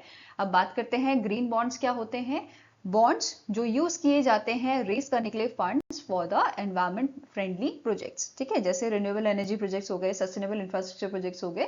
ठीक है, तो इस टाइप के बॉन्ड्स को हम ग्रीन बॉन्ड्स बोलते हैं। फाइन, एंड इसके साथ बैंक ऑफ बड़ौदा जो है वो पहला इंडिया का बैंक बना है जिसने इशू किए हैं domestic green bonds infrastructure financing के लिए। ठीक है, अब बात करते हैं डिटेल में। जो बॉन्ड इशू किए गए हैं ये 7 साल की इसकी टेन्योर रहेगी। ठीक है, एंड यहाँ पे अगर प्लेटफॉर्म की बात करें तो कौन से प्लेटफॉर्म पे ये आपके रहेंगे, मतलब लॉन्च किए गए हैं, तो national stock exchange of India में ये आपका प्लेटफॉर्म यहाँ पे रहेगा। ठीक है, बेस इशू साइज आपका 5,000 करोड़ रहेगा। ग्रीन इशू ऑप्शन यहाँ पे 5,000 करोड़ का है, टोटल 10,000 करोड़ का रेज यहाँ पे किया गया है। ठीक है, बात करें इन्वेस्टर रिस्पॉन्स की तो टोटल बिड 16,415 करोड़ का देखा गया है एंड ओवर सब्सक्राइबर्ड 3+ टाइम्स यहाँ पे देखने को मिला है। ठीक है, इसके अलावा कूपन रेट आपका 7.1% पर एनम रहेगा and it also achieve a greenium, मतलब लोअर बोरोइंग कॉस्ट इसकी रहेगी due to the high demand for the green investment. Right, इसके अलावा अगर हम बात करें रेटिंग की तो यहाँ पे AAA रेटिंग दी गई है credit analysis and research limited द्वारा, केयर रेटिंग द्वारा and investment information and credit rating agency of India द्वारा। ठीक है, ICRA द्वारा इसको AAA रेटिंग दी गई है। नाउ नेक्स्ट आपको क्वेश्चन है which urban local body marked a historic milestone by issuing Maharashtra's first ever public green municipal bond. तो इनमें से कौन सी ऑर्गेनाइजेशन है जिसने इशू किया है महाराष्ट्र का पहला public green municipal bond? So it is issued by your Nashik municipal corporation. ठीक है, किसने लॉन्च किया है, नासिक म्युनिसिपल कॉर्पोरेशन द्वारा इसको लॉन्च किया गया है। ठीक है, नेक्स्ट क्वेश्चन है which of the following companies received certificate of registration from IRDAI to commence the insurance operation in India. तो IRDAI के द्वारा इनमें से कौन सी आपकी कंपनीज हैं जिनको सर्टिफिकेट ऑफ रजिस्ट्रेशन मिला है ताकि ये इंश्योरेंस ऑपरेशंस जो है परफॉर्म कर पाए इंडिया में? So answer here is option number B, that is Allianz Jio Re Insurance and Kiwi General Insurance को IRDAI का जो है IRDAI से सर्टिफिकेट ऑफ रजिस्ट्रेशन मिला है। ठीक है, एलियांज जियो री इंश्योरेंस जो है ये जॉइंट वेंचर है एलियांज ग्रुप का एंड जियो फाइनेंशियल सर्विसेज का, जो ऑपरेट करेगा एज अ डोमेस्टिक री इंश्योरेंस, जो बेसिकली रिस्क कवर प्रोवाइड करेगा हमारी इंश्योरेंस कंपनीज को। ठीक है, कीवी जनरल इंश्योरेंस की बात करें it is backed by the West Bridge Capital जो USA की फर्म है एंड नीलेश गर्ग जो फॉर्मर CEO थे टाटा AIG जनरल इंश्योरेंस के। ठीक है, सो ये बेसिकली इसका आपका डिटेल है। नाउ नेक्स्ट आपका क्वेश्चन है which company launch the RuPay on the go kart, जो नेशनल कॉमन मोबिलिटी कार्ड है आपका। ठीक है, सो कौन सी कंपनी ने इसे लॉन्च किया है? It is recently launch by the PhonePe, it is launch by your PhonePe. So answer हो जाएगा ऑप्शन नंबर ए। अब बात करते हैं इस कार्ड की। So RuPay on the go credit card जो है इसमें आपको टैप एंड पे की जो है सुविधा मिलती है। ठीक है, टैप एंड पे ट्रांजेक्शन इसमें की जा सकती हैं जैसे मेट्रो, बस, ट्रेन, टोल प्लाजास पे। ठीक है, ये सपोर्ट करता है ऑफलाइन पेमेंट्स भी without internet connectivity. Maximum balance यहाँ पे 2000 का हो सकता है एंड ऑफलाइन ट्रांजेक्शन लिमिट यहाँ पे अप टू 500 की बताई गई है। ठीक है, ये इंश्योर करता है quick and secure payments for your daily transit use. Right, daily use के लिए ये आपका बेस्ट है। इसके अलावा परचेज एंड रिचार्ज की बात करें तो आप इसे इंस्टेंटली जो है मतलब इसे इश्यू किया जा सकता है इंस्टेंटली आफ्टर OTP वेरिफिकेशन, ठीक है। रिचार्ज UPI के थ्रू हो सकता है, कैश, डेबिट कार्ड या क्रेडिट कार्ड से इसे रिचार्ज किया जा सकता है। इसे डिजाइन किया गया है इजी एक्सेसिबिलिटी एंड फ्लेक्सिबिलिटी के लिए, ठीक है। लॉन्च की बात करें तो इसको हैदराबाद मेट्रो टिकट काउंटर जो है वहां पे पहली बार लॉन्च किया गया था हैदराबाद तेलंगाना में इन partnership with Larsen and turbo metro rail, ठीक है। L&T मेट्रो रेल हैदराबाद, इनकी पार्टनरशिप में इसे लॉन्च किया गया था और इस कार्ड को आप जो है दिल्ली, मुंबई, चेन्नई, बेंगलुरु ऐसे सिटीज में आप आराम से यूज कर सकते हैं, ठीक है। नाउ नेक्स्ट आपको क्वेश्चन है which Indian organisation sign an MOU with Indo Canada chamber of commerce during the India Canada business round table जो आपका न्यू दिल्ली में हुआ था to enhance trade, investment and institutional corporation. So इनमें से कौन सी इंडियन ऑर्गेनाइजेशन है जिसने MOU साइन किया है कनाडा की ऑर्गेनाइजेशन के साथ, Indo Canada chamber of commerce के साथ, ठीक है, India Canada business round table में। So answer here is option number B, that is associated chamber of commerce and industry of India. इन्होंने अग्रीमेंट साइन किया था कनाडा की ऑर्गेनाइजेशन के साथ, ठीक है। नेक्स्ट क्वेश्चन है which Indian digital payment and financial services provider entered into a strategic partnership with GoQuick to launch India's first integrated conversion to complete stack. So इनमें से कौन सी इंडिया की digital payment and financial service company है, मतलब financial service provider company है जिसने recently partnership की है GoQuick के साथ। सो answer here is it is done by the PayU, ठीक है। पेयू ने ये आपकी पार्टनरशिप इनके साथ की है GoQuick के साथ, ठीक है। किस चीज के लिए लॉन्च करने के लिए, इंडिया का first integrated conversion to completion stack, ठीक है। नेक्स्ट आपको क्वेश्चन है which insurance company entered into a strategic corporate agent partnership with Sarathi finance and credit private limited to strengthen financial protection for MSMEs in India. So इनमें से कौन सी insurance company है जिसने यहाँ पे पार्टनरशिप की है सारथी finance and credit private limited के साथ for enhancing for strengthening financial protection for the MSMEs, right. So answer आपका हो जाएगा it is done by the axis max life insurance limited, ठीक है। Axis max life insurance limited ने यहाँ पे पार्टनरशिप की थी और इस पार्टनरशिप के तहत ग्रुप क्रेडिट लाइफ सिक्योर जो है, लाइफ सिक्योर इंश्योरेंस जो है ये इंटीग्रेट किया जाएगा। It will be integrated with the loans provided to the MSMEs and ये इंश्योर करेगा जो बोरोवर्स हैं they will receive financial protection along with the credit support, right. Next question है which bank launch the sapphire saving account specifically design for women. So recently sapphire saving account launch किया है bank of Baroda ने, ठीक है। Specially design किया गया है women's के लिए। इसमें क्या क्या बेनिफिट्स है वो भी देखेंगे। सो सबसे पहली चीज इसमें मंथली एवरेज बैलेंस जो रिक्वायर्ड है वो है 1 लाख का, ठीक है। हेल्थ एंड वेलनेस बेनिफिट्स आपको दिए गए हैं जैसे 10 लाख कैंसर केयर कवरेज यहाँ पे रहेगा for women's aged 18 to 60 years. Complimentary online doctor consultation यहाँ पे मिलेंगे for up to 6 family members, right. इसके अलावा डिस्काउंट्स यहाँ पे प्रोवाइड किए गए हैं up to 15% concession on medicine and 20% concession on the pathology test, right. इसके अलावा डेबिट कार्ड बेनिफिट्स यहाँ पे प्रोवाइड किए जाएंगे जैसे it will come up with the Bhumi RuPay select debit card, ठीक है। इसमें आपका डोमेस्टिक एयरपोर्ट लॉन्च एक्सेस रहेगा, कॉम्प्लीमेंट्री जिम मेंबरशिप, ये सब चीजें यहाँ पे प्रोवाइड की जाएंगी। इसके अलावा क्रेडिट कार्ड भी यहाँ पे प्रोवाइड किया जाएगा, BOB card, Tiyara credit card यहाँ पे प्रोवाइड किया जाएगा। इसमें 50% मतलब बेनिफिट्स क्या है, 50% फर्स्ट ईयर फी यहाँ पे आपको नहीं देनी पड़ेगी। वुमेन्स हेल्थ पैकेजेस मिलेंगे, पर्सनल एक्सीडेंट कवरेज, तो ये सारी चीजें रहेंगे। साथ में शॉपिंग वाउचर्स भी यहाँ पे प्रोवाइड किए जाएंगे। इसके अलावा एडिशनल बेनिफिट्स क्या है, 50% waiver on the home loan processing charges, ठीक है। प्रोसेसिंग चार्जेस यहाँ पे नहीं लगेंगे, मतलब उसमें 50% ऑफ यहाँ पे रहेगा। 20% डिस्काउंट ऑन लॉकर चार्जेस, ठीक है, up to 500 rupees. Next is static information of a bank of Baroda. इसके MD and CEO हैं देवदत्ता चंद। हेडक्वार्टर वडोदरा गुजरात में लोकेटेड है। टैगलाइन है India's international bank and it is establish in the year 1908। Next आपकी news है RBI has issued RBI direction 2026 governing how commercial banks declare dividend. So कैसे commercial bank जो है वो डिक्लेयर करेंगे डिविडेंड को, ठीक है, उसके बेसिस पे, मतलब उसके लिए एक फ्रेमवर्क यहाँ पे जारी किया गया है जो रिप्लेस करेगा 2025 के डिविडेंड फ्रेमवर्क को और ये आपका लागू होगा, इफेक्ट होगा फाइनेंशियल ईयर 2027 से, ठीक है। अब यहाँ पे डिविडेंड का कैप क्या रखा गया है, ठीक है, under this revise rule maximum dividend पे out for banks incorporated India is kept at 75% of profit after tax for the year. ठीक है, सो यहाँ पे लिमिट है आपकी रखी गई है 75% of the profit after tax for the year. And यहाँ पे एक और चीज जो नोट करने वाली है, पहले जो डिविडेंड डिक्लेरेशन होता था it was link to your CRAR, capital to risk weighted asset ratio and NPAs, net non performing asset, जो बैड लोन्स होते हैं उनसे लिंक्ड होता था, बट नाउ ये लिंक किया गया है to the bank's common equity tier 1 ratio. ठीक है, अब इसके लिए कंडीशंस भी देख लेते हैं। द डिविडेंड पे out are structured across 10 capital ratio buckets. पहली कंडीशन यहाँ पे है कि अगर बैंक का जो कॉमन इक्विटी टियर 1 रेशियो है अगर वो लेस देन 8% हुआ तो यहाँ पे बैंक जो है वो डिविडेंड पे नहीं कर पाएगा। ठीक है, उसको इसमें अलाउड नहीं किया है डिविडेंड पे करने के लिए।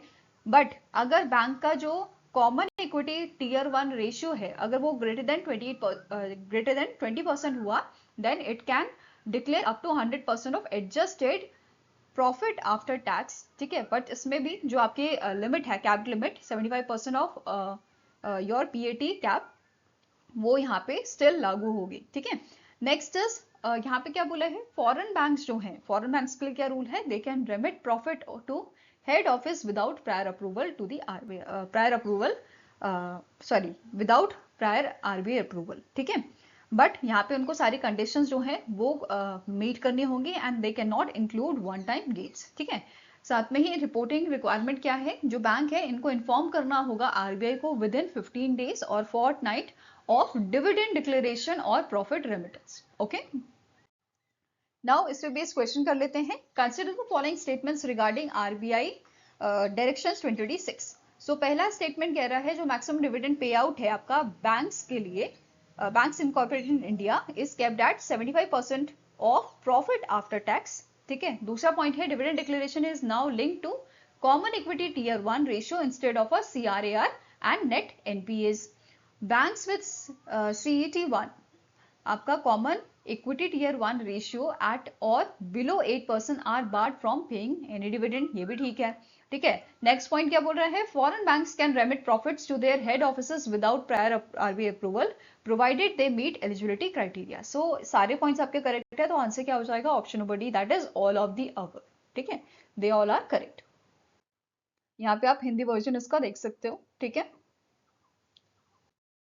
नाउ नेक्स्ट यहाँ पे अब नेक्स्ट न्यूज क्या है, RBI ने एक अमेंडमेंट जारी किया है आपका to the capital adequacy framework for commercial banks. ठीक है, सो यहाँ पे बेसिकली क्या बोला गया है, रिवाइज किए गए हैं rules for calculating and maintaining the capital to cover the counterparty credit risk. ठीक है, counterparty credit risk exposure. अब CCR क्या है, बेसिकली एक नॉर्मल सा एग्जाम्पल लेते हैं, दो पर्सन है उनके बीच में डील हुई है। ठीक है, अब डील आज की नहीं है, कुछ टाइम बाद की है। ठीक है, जैसे आप डेरिवेटिव में या स्वैप में बेसिकली डील करते हैं, तो वही चीज़ है, अभी का नहीं है, फ्यूचर की बात है। और जब टाइम आया तो वहां पे सामने वाली पार्टी जो है मुकर गई। ठीक है, उसने डील करने से मना कर दिया, डिफॉल्ट कर दिया, तो ये आपका कहलाता है CCR। ठीक है, risk that the other party in a financial deal defaults. ठीक है, तो यहाँ पे जो दूसरी पार्टी है उसको तो नुकसान हो गया ना, वो तो एक ही पे टिका हुआ था कि नहीं मेरे को तो इससे डील करनी है, उसकी फिक्स थी, बट बाद में उसने मना कर दिया। ठीक है, नाउ अब यहाँ पे क्या बोला है, इस फ्रेमवर्क के तहत जो बैंक है इनको मेंटेन करना होगा, इनको कंप्लाई करना होगा with capital adequacy ratio requirements at standing level and consolidated level. ठीक है, ये दोनों चीज यहाँ पे अभी इंक्लूड की गई हैं। ठीक है, अब यहाँ पे देखो आप ऐसा समझो, पहले क्या होता था, बैंक्स क्या करते थे, जैसे बैंक्स की सब्सिडी होती है, राइट। सो अगर उनकी सब्सिडी के साथ ऐसा कोई झोल हुआ है, ठीक है, कि डील जो है ऐसे ऐसे कैंसिल हो गई है और उनको लॉस हुआ है, तो बैंक सिर्फ स्टैंड अलोन लेवल पे दिखाता था कि भाई हम तो क्लियर हैं, ठीक है, हमारे साथ कोई ऐसा झूलझाल नहीं है। बट अब यहाँ पे गवर्नमेंट ने, RBI ने बोला है कि आपको कंसोलिडेट लेवल पे भी ये चीज देखनी होगी, मतलब पूरा ओवरऑल अब आपका काउंट किया जाएगा, सब्सिडीज भी आपकी इंक्लूड यहाँ पे की जाएंगी। ठीक है, now the CCR exposures of all relevant entities must be included in consolidated capital in your computation, right। इसके अलावा यहाँ पे RBI ने रिवाइज किया है table of add on factors which is used to calculate the potential future exposure. Add on factors को आप कैसे समझ सकते हो, फॉर एग्जांपल आप कहीं घूमने जा रहे हो, फॉर एग्जाम्पल आप शिमला जा रहे हो, ठीक है। शिमला का मौसम अनप्रिडिक्टेबल होता है ना। तो कभी वहाँ बारिश भी हो जाएगी, वहाँ एकदम से स्नोफॉल हो जाएगी, मौसम ठीक भी हो जाएगा, तो आप क्या करते हो, प्रिपेयर करके चलते हो कि यार थोड़ा ना एक्स्ट्रा कपड़े ले जाते हैं, ठीक है, या अपना एक्स्ट्रा चीज़ें आप ले जाते हो अकॉर्डिंग टू दी, मतलब पहले से तैयारी कर लेते हो, तो एक्स्ट्रा चीज़ जो है यही एड ऑन आपका एक तरह से होता है, ठीक है। So RBI revised the table of add-on factors which is used to calculate potential future exposures. These percentage applied to the notional amount of derivative contract to estimate exposure. ठीक है। Now नेक्स्ट यहाँ पे आप पूरा इसका table देख सकते हो एड ऑन फैक्टर का, जो यहाँ पे रिवाइज किया गया है, ठीक है। इसके अलावा कुछ और अमेंडमेंट्स यहाँ पे किए गए हैं, जैसे आरबीआई ने क्लैरिफाई किया है that the banks acting as a clearing member of SEBI, Securities and Exchange Board of India, in equity and commodity derivative segment must compute and maintain capital charge for CCR. तो इनको भी यहाँ पे मतलब bank जो यहाँ पे act कर रहा है as a clearing member of SEBI, इसको भी यहाँ पे जो है मेंटेन करना होगा कैपिटल चार्ज फॉर सीसीआर, ठीक है। जैसे आप एग्जांपल लो, जैसे एक बैंक है जो बेसिकली आपका काम कर रहा है एज अ क्लियरिंग मेंबर, ठीक है। सो यहाँ पे बैंक जो है इसको let's take the example, client ने डिफॉल्ट कर दिया, ठीक है, तो बैंक को एक यहाँ पे कैपिटल बफर जो है फॉर द रिस्क वो मेंटेन करना होगा, ठीक है। ऐसा यहाँ पे आरबीआई का कहना है कि जो क्लियरिंग मेंबर है उसको भी यहाँ पे अब थोड़ा अमाउंट जो है वो रखना पड़ेगा, ठीक है। Next is resetting contracts. यहाँ पे क्या बोला है अब आरबीआई ने, the for derivative contract that periodically settle and reset to zero, ठीक है। जैसे आप इसे समझो, फॉर एग्जांपल डेरिवेटिव कॉन्ट्रैक्ट है जो आपका रीसेट होता है, जो आपका रीसेट होता है हर 6 मंथ में, ठीक है। ऐसे जो कॉन्ट्रैक्ट है वो भले 5 साल का हो, ठीक है, बट रीसेट होता है 6 मंथ में, इन दैट केस अब क्या करना होगा, अब आपको जो रिस्क है वो कैलकुलेट करना होगा फॉर द 6 मंथ ओनली, ठीक है। आपको जो कैलकुलेट करना होगा रिस्क, वो आप 5 साल की जगह, जो पहले हम करते थे, हम पूरे 5 साल का रिस्क कैलकुलेट करके रखते थे, वो अब हमें सिर्फ नेक्स्ट 6 मंथ तक कैलकुलेट करना होगा, ठीक है। ये ऐसा आरबीआई ने यहाँ पे नया बताया है। Residual maturity is equals to time until next reset date. ये मैंने एग्जाम्पल लिया है, नेक्स्ट रीसेट जो डेट है वो आपकी 1 साल भी हो सकती है, या जो भी डेट होगी वहां तक कैलकुलेट करना होगा, ठीक है। This residual maturity determines the applicable add on factor, ठीक है। The interest rate contracts with the residual maturity greater than 1 year और minimum add on floor of 0.50%, ठीक है। इसके अलावा क्वालिफाइड सेंट्रल काउंटर पार्टीज, इसका रिस्क वेटेज जो है वो 2% यहाँ पे रहेगा, 2% of clearing member exposure to the qualified central counterparties. Exemption क्या है, clearing member banks need not to maintain capital against your qualified central counterparties trade exposure if they are not obligated to reimburse client losses and they hold a written legal opinion confirming this protection. अगर आपके पास legal जो है, मतलब आपके पास basically legal सबूत है, तो in that case आपको ये मेंटेन करने की जरूरत नहीं है, तो ये कंडीशन यहाँ पे लगाई गई है, ठीक है।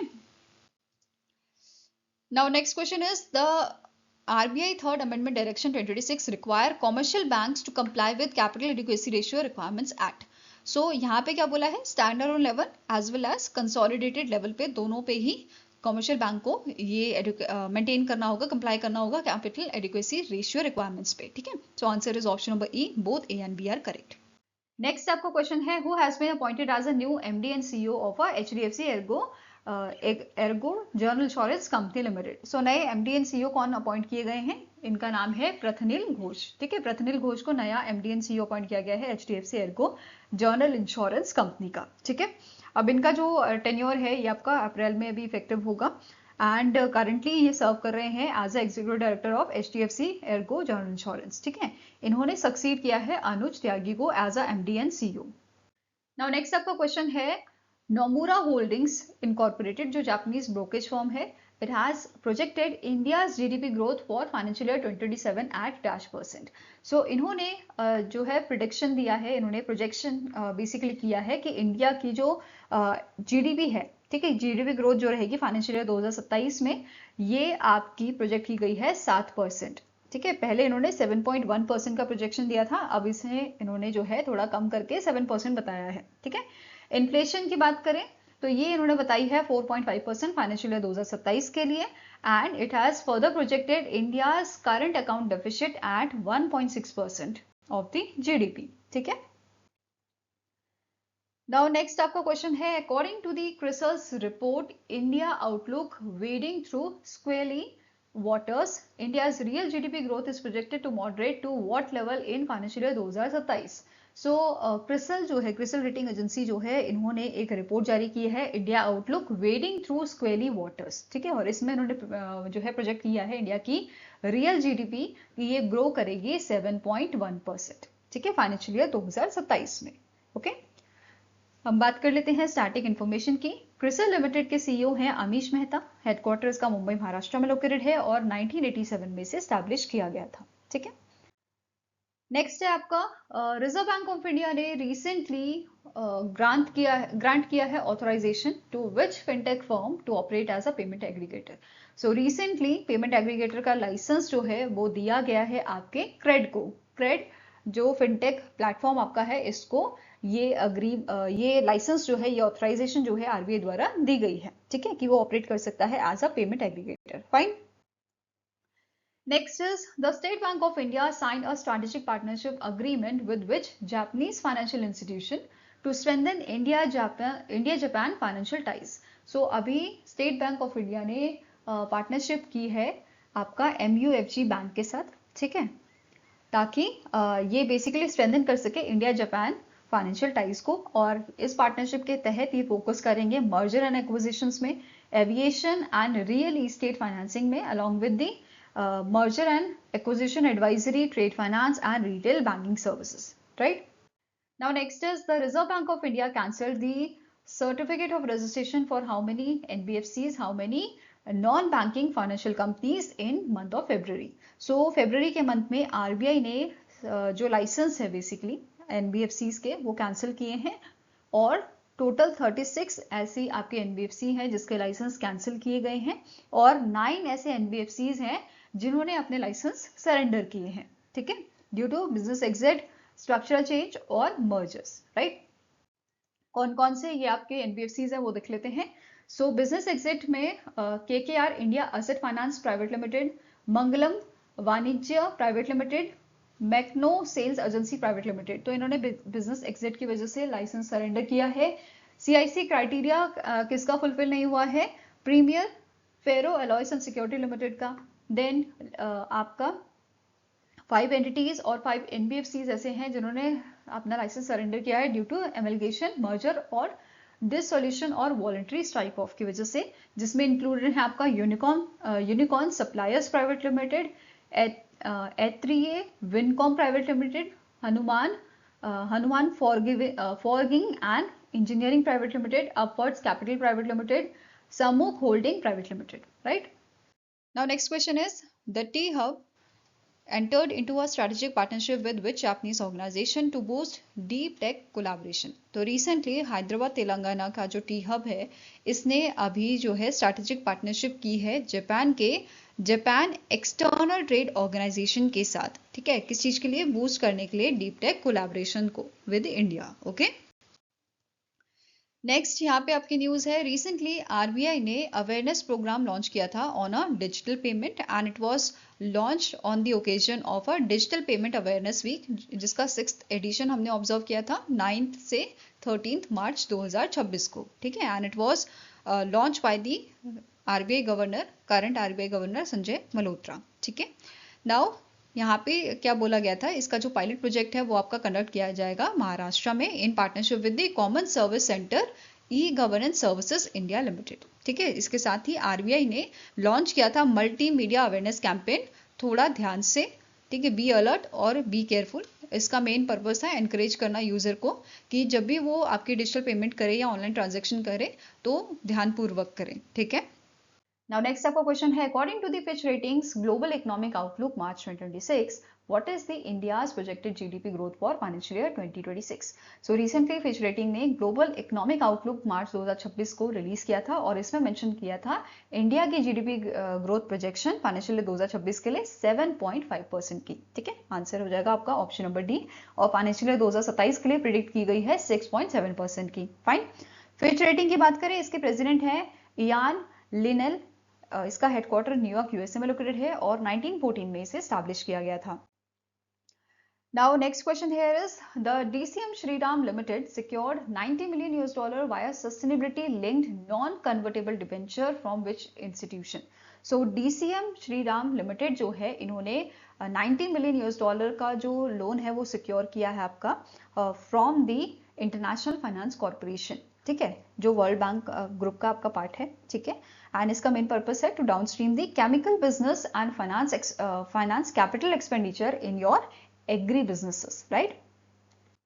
नाउ नेक्स्ट आपका क्वेश्चन है, the reserve bank of India impose monetary penalty of 2.70 lakh on which NBFC on which non banking financial company for non compliance with the key managerial personnel compensation guidelines. तो RBI ने 2.70 लाख की penalty लगाई है on the Manappuram Finance limited पे। इस NBFC पे ये आपकी जो है पेनल्टी इंपोज की गई है। ठीक है, नेक्स्ट आपकी न्यूज है, recently department of economic affairs ने under your ministry of finance इन्होंने रिवाइज किए हैं rules related to minimum public share holding for large companies planning to list on stock exchange. ठीक है, सो यहाँ पे कुछ चेंजेस किए गए हैं regarding the minimum public share holding which is a minimum percentage of share जो लिस्ट की in a listed company that must be held by public investors. ठीक है, एग्जिस्टिंग रूल क्या था, सारे लिस्टेड कंपनीज जो हैं दे मस्ट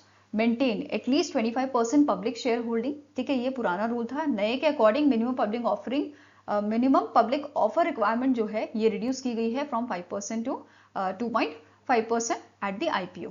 ठीक है, इसके अलावा यहाँ पे कैटेगरीज जो है पहले 3 हुआ करती थी, categories of post issue capital up to 1600 crore, 1600 crore to 4000 crore, then 4000 crore to 1 lakh crore. ठीक है, ये 3 कैटेगरी होती थी। अब यहाँ पे 6 कैटेगरी बनाई गई हैं। एक तो है अप टू 1000 टू 600 करोड़। ठीक है, फिर आपकी 1600 से 4000 करोड़ की, फिर 4000 करोड़ से 50000 करोड़ की, 50000 से फिर 1 लाख करोड़ की, और 1 लाख करोड़ से फिर आपके 5 लाख करोड़ तक की, एंड अबव 5 लाख। तो ये 6 कैटेगरीज यहाँ पे अब बना दी गई हैं। ठीक है, देन सीनियर वोटिंग राइट्स की अगर हम बात करें तो यहाँ पे क्या बोला है, companies issuing senior voting right shares to promoter और founders they must list them on the same exchange alongside the ordinary shares. तो यहाँ पे उनको लिस्ट करना होगा सेम एक्सचेंज में। ठीक है, और इसके लिए यहाँ पे बेंचमार्क रूल भी बनाया गया है कि इफ पब्लिक शेयरिंग जो है वो लेस देन 15% होंगी एट द लिस्टिंग, तो इनको इंक्रीज करना होगा इसे 15% within 5 years and 25% within 10 years। और अगर public sharing greater than equals to 15% होगी at a listing, then they must reach 25% within the 5 years। ठीक है, सो ये यहाँ पे इन्होंने जो है क्राइटेरिया रखा हुआ है। ठीक है, now question is, consider the following statements about timelines for achieving MPS under the revise framework. So पहला स्टेटमेंट क्या कह रहा है, companies with a post issue capital between 4000 crore to 50000 crore they must raise public share holding to at least 25% within 3 years of listing. ठीक है, this is correct. दूसरा है, companies with post issue capital between 50,000 crore to 1 lakh crore they must raise public share holding to at least 25% within 5 years of listing. This is also correct. Then if public shareholding at the time of listing is below 15%, it must be increased to at least 15% within 5 years and further 25% within 10 years। ठीक है, ये भी correct है। if public share, next point है, if public shareholding at listing is 15% or more, then it must be increased to 25% within 3 years। so ये आपका गलत है। ठीक है, ये 5 साल में इनको इंक्रीज करना है। ठीक है, सो आंसर यहाँ पे क्या हो जाएगा, it is option number B. 1, 2 and 3 statements is correct, are correct. ठीक है, यहाँ पे आप इसका हिंदी वर्जन देख सकते हो। नाउ नेक्स्ट आपका क्वेश्चन है, रिसेंटली रिलायंस इंडस्ट्रीज लिमिटेड ने एक अग्रीमेंट साइन किया है 15 साल का, ठीक है। It is signed binding long term supply and purchase agreement with Samsung CNT corporation from South Korea for supply of green ammonia. The deal is valued at, so ये जो डील है वो आपकी $3 बिलियन की है, ठीक है। और इस डील के तहत यहाँ पे ग्रीन अमोनिया जो है सप्लाई किया जाएगा टू दी साउथ कोरिया, ठीक है। और डील की टाइमलाइन क्या है, 15 साल की है, which is starting from the second half of financial year 2029। Okay, next is Shriram general insurance company has launch the upgraded health insurance plan name dash. So Shriram general insurance ने एक प्लान यहाँ पे अपग्रेडेड हेल्थ प्लान जो है upgraded health insurance plan इन्होंने launch किया है, जिसका नाम है श्री हेल्थ सुरक्षा 2.0, ठीक है। आंसर आपका हो जाएगा, it is option number B. Fine, now जो ये आपका प्लान है इसमें कवरेज बेनिफिट्स की बात करें तो इट कंसिस्ट ऑफ आपका unlimited restoration of sum insured within your policy year, ठीक है। It comes with the cumulative bonus up to 250% of claim free years, ठीक है। Then zero co payment and room flexibility की बात करें तो यहाँ पे नो रूम रेंट कैपिंग, ठीक है। पॉलिसी होल्डर्स चूज कर सकते हैं किसी भी हॉस्पिटल रूम को इंक्लूडिंग योर ICU, ठीक है। जीरो को पेमेंट, इंश्योरर जो है insurer covers the entire admissible claim amount. Then medical coverage की बात करें तो ये कवर करेगा आपके कवरेज इसमें रहेगी for ambulance and air ambulance expenses, ठीक है। Then inclusion of medical consumable and also the coverage, it covers the Ayush treatments also, ठीक है। नेक्स्ट आपका क्वेश्चन है, the world bank sign an agreement to provide a loan of approximately how much to Uttar Pradesh for its clean air plan. So world bank ने अभी agreement sign किया है UP के साथ, ठीक है, यूपी के क्लीन एयर प्लान के साथ। और ये आपका जो अग्रीमेंट है ये $300 बिलियन का अग्रीमेंट है, ठीक है। So answer here is option number C. और इस अग्रीमेंट को साइन किया है जूही मुखर्जी जो जॉइंट सेक्रेटरी है डिपार्टमेंट ऑफ इकोनॉमिक अफेयर्स की, ठीक है। देन आपके बी चंद्रकला जो CEO है clean air management authority and secretary of forest environment and climate change on behalf of your UP government, इन्होंने अग्रीमेंट साइन किया था। एंड वर्ल्ड बैंक से पॉल प्रोसी जो है वो इस अग्रीमेंट में बेसिकली अग्रीमेंट इन्होंने साइन किया था, ठीक है। लोन टेन्योर इसका रहेगा 10 साल का, ग्रेस पीरियड आपका रहेगा इसमें 2 साल का, ठीक है। नाउ नेक्स्ट यहाँ पे बात करते हैं इस प्रोग्राम की। जो ये प्रोग्राम है it is a part of a World Bank's regional air quality management programme in the Indo Gangetic plains and Himalayan foothills, ठीक है। और इसको रीजन को कंसिडर किया गया है as a global air pollution hotspot. Fine, इसके अलावा यहाँ पे बताया गया है जो UP clean air management programme है ये इम्प्लीमेंट किया जाएगा, ये इम्प्लीमेंट करेगा इंटीग्रेटेड सॉल्यूशन इंप्रूव करने के लिए एयर क्वालिटीज को across transport, agriculture and industrial sectors, whereas ये साथ में जनरेट करेंगे आपकी job opportunities youth and women's को, ठीक है, विमेंस के लिए।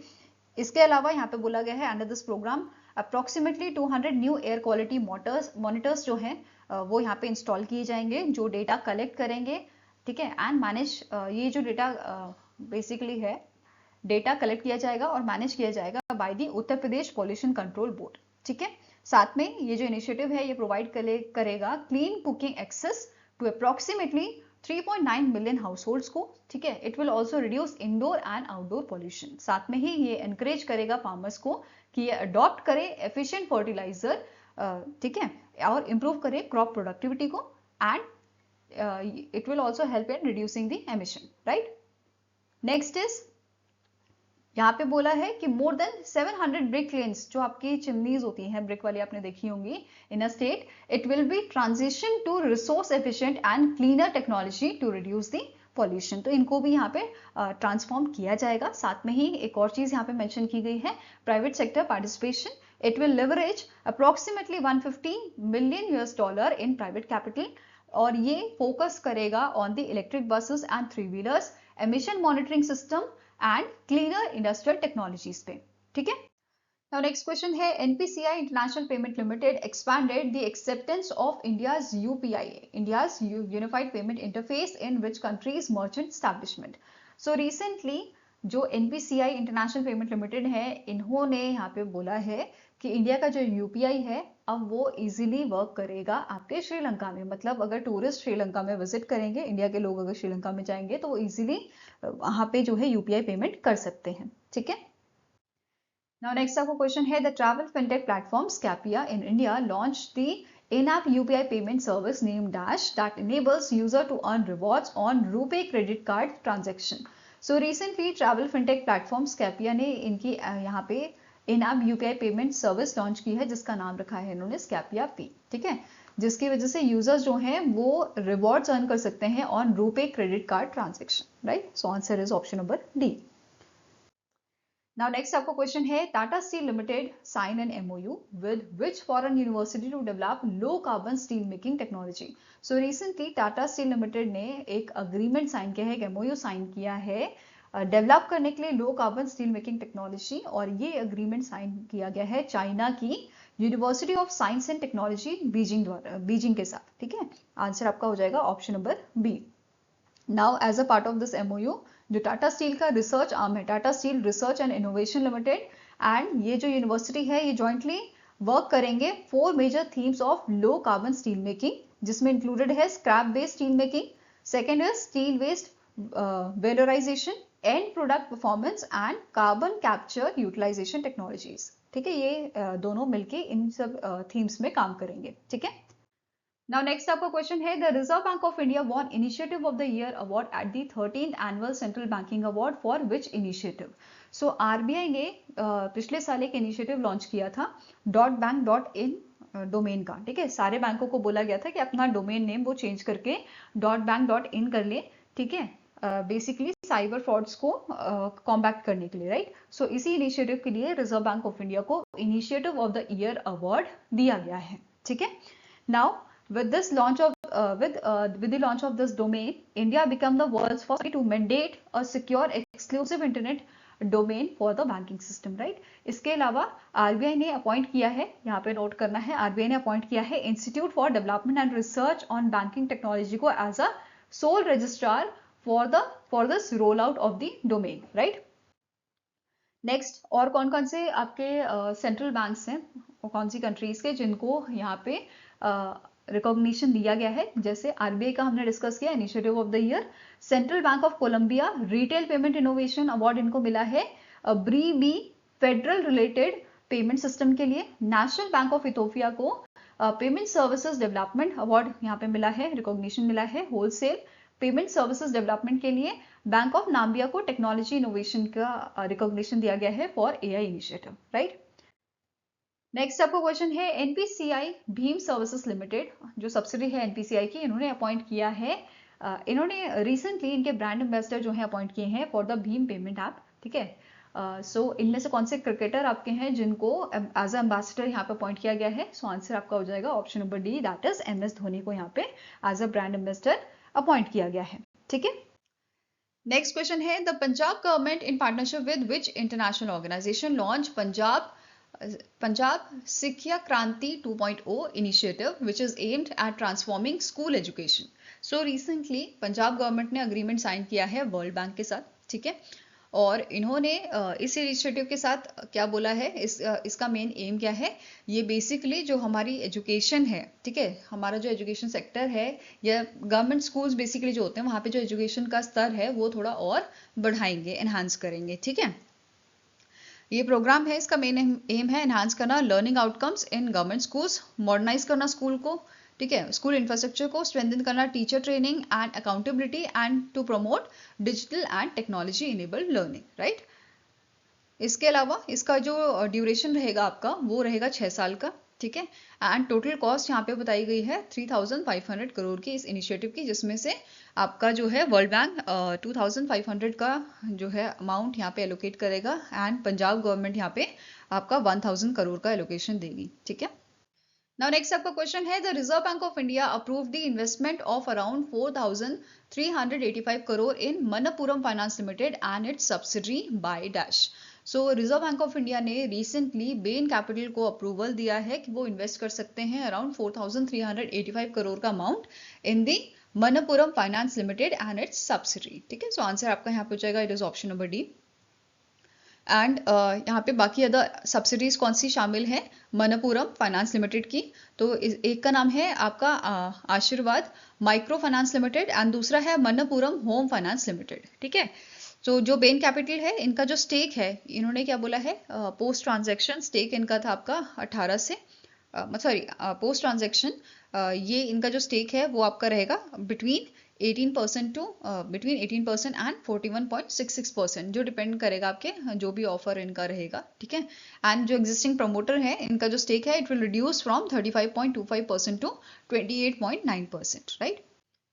Next is the Shipping Corporation of India Limited signed a shipbuilding contract with which company to build India's first methanol dual fuel vessel. So इनमें से कौन सी आपकी कंपनी है जिसने मतलब जिसने शिपबिल्डिंग कॉन्ट्रैक्ट साइन किया है आपकी इंडिया की शिपबिल्डिंग कंपनी के साथ, जिसका नाम है मेजागॉव डॉक शिपबिल्डर्स लिमिटेड। ठीक है, इनके साथ ये अग्रीमेंट इन्होंने साइन किया है बिल्ड करने के लिए इंडिया का पहला मेथनॉल डुअल फ्यूल वेसल। ठीक है, वेसल की बात करें तो प्लेटफॉर्म सप्लाई वेसल ये रहेगा और इसकी कैपेसिटी 3000 डेड वेट टोनेज की रहेगी। ठीक है,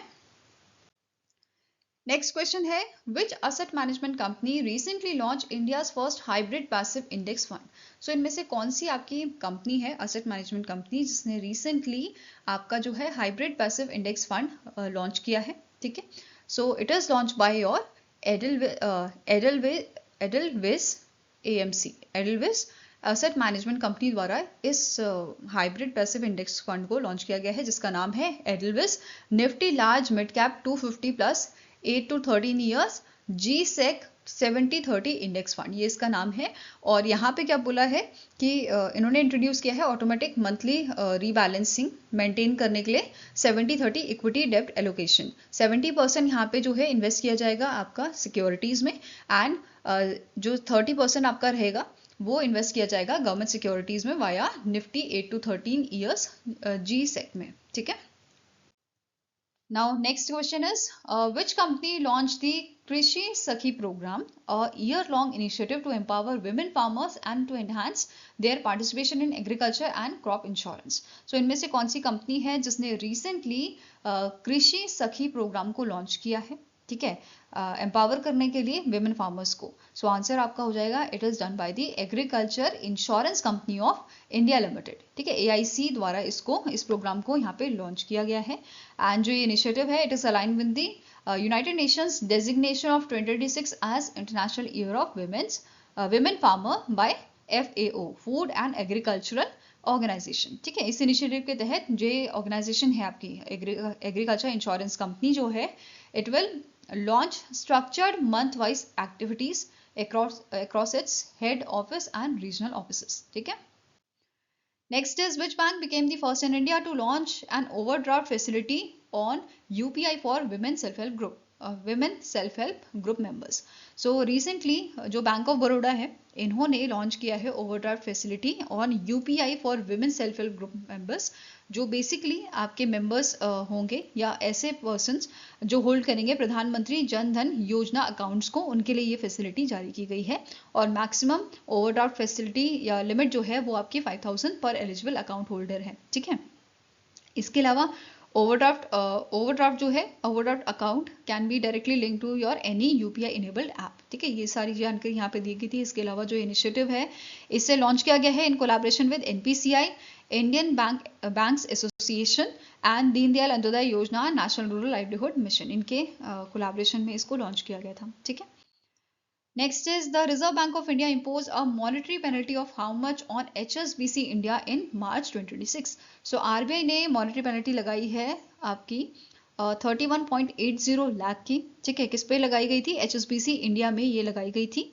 in month of March for the non-compliance with unclaimed deposit and inoperative account norms. तो इसकी वजह से ये पेनल्टी जो है इम्पोज की गई थी। ठीक है, नेक्स्ट आपका क्वेश्चन है the department for promotion of industry and internal trade recently signed a strategic MOU with which fintech company to strengthen India's startup ecosystem. So DPIIT ने अभी recently agreement साइन किया है, strategic MOU साइन किया है with the Razorpay। ठीक है, Razorpay के साथ ये agreement इन्होंने साइन किया है for strengthening India startup ecosystem, right. Signatories की बात करें तो TLK सिंह जो डेप्यूटी सेक्रेटरी हैं DPIIT के, एंड RF खान जो चीफ इंफॉर्मेशन ऑफिसर हैं रिजर्व बैंक के, इनके बीच में ये अग्रीमेंट साइन हुआ था, ठीक है।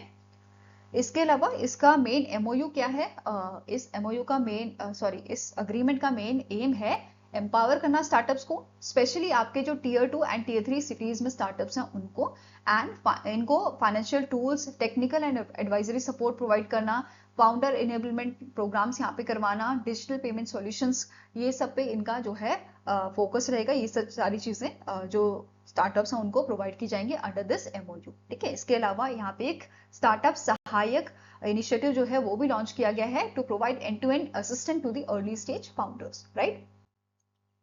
नेक्स्ट क्वेश्चन है, the national housing bank recently launch which portal to simplify and digitise the housing loan for defence personal, paramilitary force and government employees.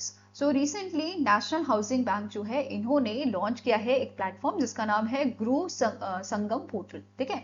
ये पोर्टल के थ्रू जो आपके डिफेंस पर्सनल है, paramilitary forces and government employees जो हैं आपके, ये basically अपने लोन के बारे में सारी जानकारी देख पाएंगे कि लोन आपका जो है कब तक है, ठीक है, उसको अच्छे से ट्रैक कर पाएंगे कि कहाँ तक प्रोसेस पहुंचा है। तो ये सारी चीजें इनको इजीली गृह संगम पोर्टल पे अवेलेबल कराई जाएंगी, ठीक है। नाउ नेशनल हाउसिंग प्लान जो है इसके करंट MD है संजय शुक्ला, हेडक्वार्टर्स का न्यू दिल्ली में लोकेटेड है और 1988 में इसे स्टैब्लिश किया गया था। Now next आपको क्वेश्चन है, Lakshya asset management company recently received approval from SEBI to commence which type of business in India. So Lakshya asset management company जो है इन्हें म्यूचुअल फंड बिजनेस करने के लिए अप्रूवल मिला है सेबी का, ठीक है। सो आंसर यहाँ पे आपका हो जाएगा, it is option number A, mutual fund business, right. Now next question is, according to the OECD Economic Outlook Interim Report, what is the projected growth rate of Indian economy in financial year 2027? So OECD ने इनका OECD economic outlook जो है outlook interim report मार्च 2026 की release की थी, और इन्होंने इसमें बताया है इंडिया की जो आपकी GDP रहेगी, GDP प्रोजेक्शन फाइनेंशियल 2027 के लिए ये 6.1% जो है इन्होंने बताई है, ठीक है। Answer is option number C। इसके अलावा यहाँ पे इंफॉर्मेशन इन्होंने दी थी कि OECD ने बेसिकली फाइनेंशियल 2027 के लिए जो प्रोजेक्शन बताई है वो इन्होंने रिवाइज की है 10 बेसिस पॉइंट फ्रॉम 6.2, ठीक है। पहले 6.2% बताई थी, अब इसको रिड्यूस करके 6.1% इन्होंने बताई है फाइनेंशियल 2027 के लिए, ठीक है। इसके अलावा 26 की 7.6% बताई है और फाइनेंशियल 2028 के लिए 6.4%, ठीक है। 7.6% 26 के लिए और 28 के लिए 6.4%, ठीक है। इन्फ्लेशन की बात करें तो फाइनेंशियल 2027 के लिए 5.1% बताई है और 28 के लिए 4.1% इन्फ्लेशन प्रोजेक्शन बताई है, ठीक है। इसके अलावा OECD की बात करें, इसके सेक्रेटरी जनरल है Mathias Hubert Paul Cormann from Australia. इसका हेडक्वार्टर OECD का आपका लोकेटेड है पेरिस, फ्रांस में, 1961 में से स्टैब्लिश किया गया था। Next is, the government of India kept the inflation target unchanged at what level for the period April 2026 to March 2031। So यहाँ पे 4 सालों के लिए जो है गवर्नमेंट ने इन्फ्लेशन टारगेट आपका अनचेंज रखा है विच इज द 4%, ठीक है। ये 4% रखा है अप्रैल 2024 से मार्च 2031 तक, ठीक है। इसके अलावा यहाँ पे इन्होंने और डिटेल भी बताई है, जैसे अपर टॉलरेंस लिमिट इन्फ्लेशन की 6% रखी है और लोअर टॉलरेंस लिमिट रखी है 2% की। इसके अलावा रिटेल इन्फ्लेशन मेजर जो है it is measured by your CPI consumer price index, and ये इन्होंने बताया है 3.21% रहेगा, ठीक है। ये 3.2% बताया था आपका फरवरी 2026 के लिए, ठीक है। जनवरी में ये कितना था, 2.74% था, एंड ये इंक्रीज होकर 3.21% आ गया था फरवरी 2026 में, ठीक है। इसके अलावा यहाँ पे एक चीज, अगर मतलब कभी कभार क्वेश्चन पूछा जाता है कि जो CPI है आपका कंज्यूमर प्राइस इंडेक्स, इसका बेस ईयर कौन सा लिया जाता है, ठीक है। तो 2024 को बेस ईयर यहाँ पे यूज किया जाता है, ठीक है। Now next is, which bank was penalized 63.60 lakh for failing to upload KYC records to Central KYC Record Registry on time and opening multiple basic saving banks deposit account. So recently 63.60 lakh की penalty लगाई गई है RBI द्वारा आपके central bank of India पे, ठीक है। Central bank of India पे ये पेनल्टी लगाई गई है। इसके अलावा और भी बैंक्स हैं जिन पे पेनल्टी लगाई गई है, जैसे यूनियन बैंक ऑफ इंडिया पे सबसे ज्यादा पेनल्टी लगी है 95.40 लाख की, ठीक है। to fail the credit unauthorized electronic transaction within 10 days, no 24/7 reporting access and manual intervention in KCC asset classification. इसके अलावा सेंट्रल बैंक ऑफ इंडिया का भी हमने पढ़ा 63.60 लाख की पेनल्टी है, बैंक ऑफ इंडिया पे 58.50 लाख की पेनल्टी है, ठीक है, एंड पाइन लैब्स लिमिटेड पे 3.10 लाख की पेनल्टी यहाँ पे लगाई गई है, ठीक है, आरबीआई द्वारा। Next is Tech Mahindra Limited signed an memorandum of understanding MOU with which Premier Institute to develop 3D digital twin of a gym khana building. तो recently यहाँ पे क्या हुआ है, टेक महिंद्रा लिमिटेड ने अग्रीमेंट साइन किया है for developing 3D digital twin of a gym खाना बिल्डिंग, जो आपका बेसिकली मुंबई में है, ठीक है, कहाँ पे है, ये आपका मुंबई में है। एंड किसके साथ ये अग्रीमेंट हुआ है, आईआईटी बॉम्बे के साथ ये अग्रीमेंट साइन किया गया है, ठीक है। So answer is option number D. Now next आपकी न्यूज है, रिसेंटली सेबी की 213th बोर्ड मीटिंग हुई थी मुंबई महाराष्ट्र में, एंड इस मीटिंग में कुछ अप्रूवल्स यहाँ पे किए गए हैं, ठीक है। बोर्ड ने सेट किए हैं regulatory changes which will impact market intermediaries, foreign investors, AIF alternate investment funds and governance norms. तो कुछ चेंजेस यहाँ पे आपके किए गए हैं, क्या क्या चेंजेस हैं वो सारे देखते हैं। पहला चेंज आपका SIF को लेके हुआ है। SIF is social impact fund, जो आपका सब कैटेगरी है of a category 1 of AIF alternate investment funds, जो प्राइमरली फोकस करता है, इन्वेस्ट करता है on the NPOs, non for profit registered और listed on the social stock exchange and in for the profit social enterprise, ठीक है। अब यहाँ पे चेंज क्या किया गया है इस बोर्ड मीटिंग में कि जो मिनिमम इन्वेस्टमेंट है आपकी, it reduced from 2 lakh to 1000, ठीक है। ये बड़ा चेंज यहाँ पे किया गया है, 2 लाख से 1000 यहाँ पे जो है मिनिमम इन्वेस्टमेंट कर दी गई है, ताकि ज्यादा से ज्यादा लोग यहाँ पे जो है इन्वेस्ट कर पाए, ठीक है। The board has introduced flexibility for AIFs in widening up schemes and surrendering registration. तो यहाँ पे भी changes किए गए हैं। AIFs can retain liquidation proceeds beyond tenure under the conditions like pending litigation, tax liabilities or operational expenses. And next is the new category in operative fund category जो है, the new category with lighter compliance for fund no longer actively managing investment. So ये सारी चीजें यहाँ पे changes किए गए हैं, ठीक है, अप्रूवल किए गए हैं। Now next is the SEBI has approved a set of measures, किस चीज के लिए, ease operational constraints for REITs and NVITs. Now NVITs they can continue holding special purpose vehicles beyond concession periods, but they must exit or acquire a new project within a 1 year. तो ये condition यहाँ पे आपकी है। इसके अलावा जो NVITs और REITs हैं, they can invest in liquid mutual fund schemes with credit risk value greater than equals to 10, ठीक है। पहले ये आपकी greater than equals to 12 थी, अब ये greater than equals to 10 की गई है। Now NVITs with leverages between 49% to 70%, they can now borrow for multiple purpose, not just infrastructure projects. तो इंफ्रास्ट्रक्चर प्रोजेक्ट्स के अलावा भी यहाँ पे जो है बोरो कर सकते हैं, ठीक है। नेक्स्ट इज ग्रीनफील्ड प्रोजेक्ट्स की बात करें तो privately listed NVITs that are allowed to invest up to 10% of asset in the under construction infrastructure projects, ठीक है। देन यहाँ पे बात की गई है फॉरेन पोर्टफोलियो इन्वेस्टर्स की, जो FPIs हैं, they can now settle outright transaction on the net basis which reduce the cost and forex slippage, right? इसकी टाइमलाइन आपकी यहाँ पे बताई गई है इम्प्लीमेंटेशन की 31 दिसंबर 2026 की, ठीक है। इसके अलावा यहाँ पे नोट करना है नॉन आउटराइट ट्रांजैक्शन जो है they will remain on a gross basis, right. Next is SEBI has revised the fit and proper person criteria. इन्होंने रिवाइज किया है fit and proper person criteria for intermediaries, clarifying that the mere filing of the first information report will not automatically lead to disqualification. तो ये चीज यहाँ पे इन्होंने बोली है। Instead, इस केसेस में क्या होगा, they will be evaluated on the principle based approach, right? Next is SEBI board ने अप्रूव किया है enhanced conflict of interest framework for its member and officials, for the members and officials based on the recommendation of high level committee, right?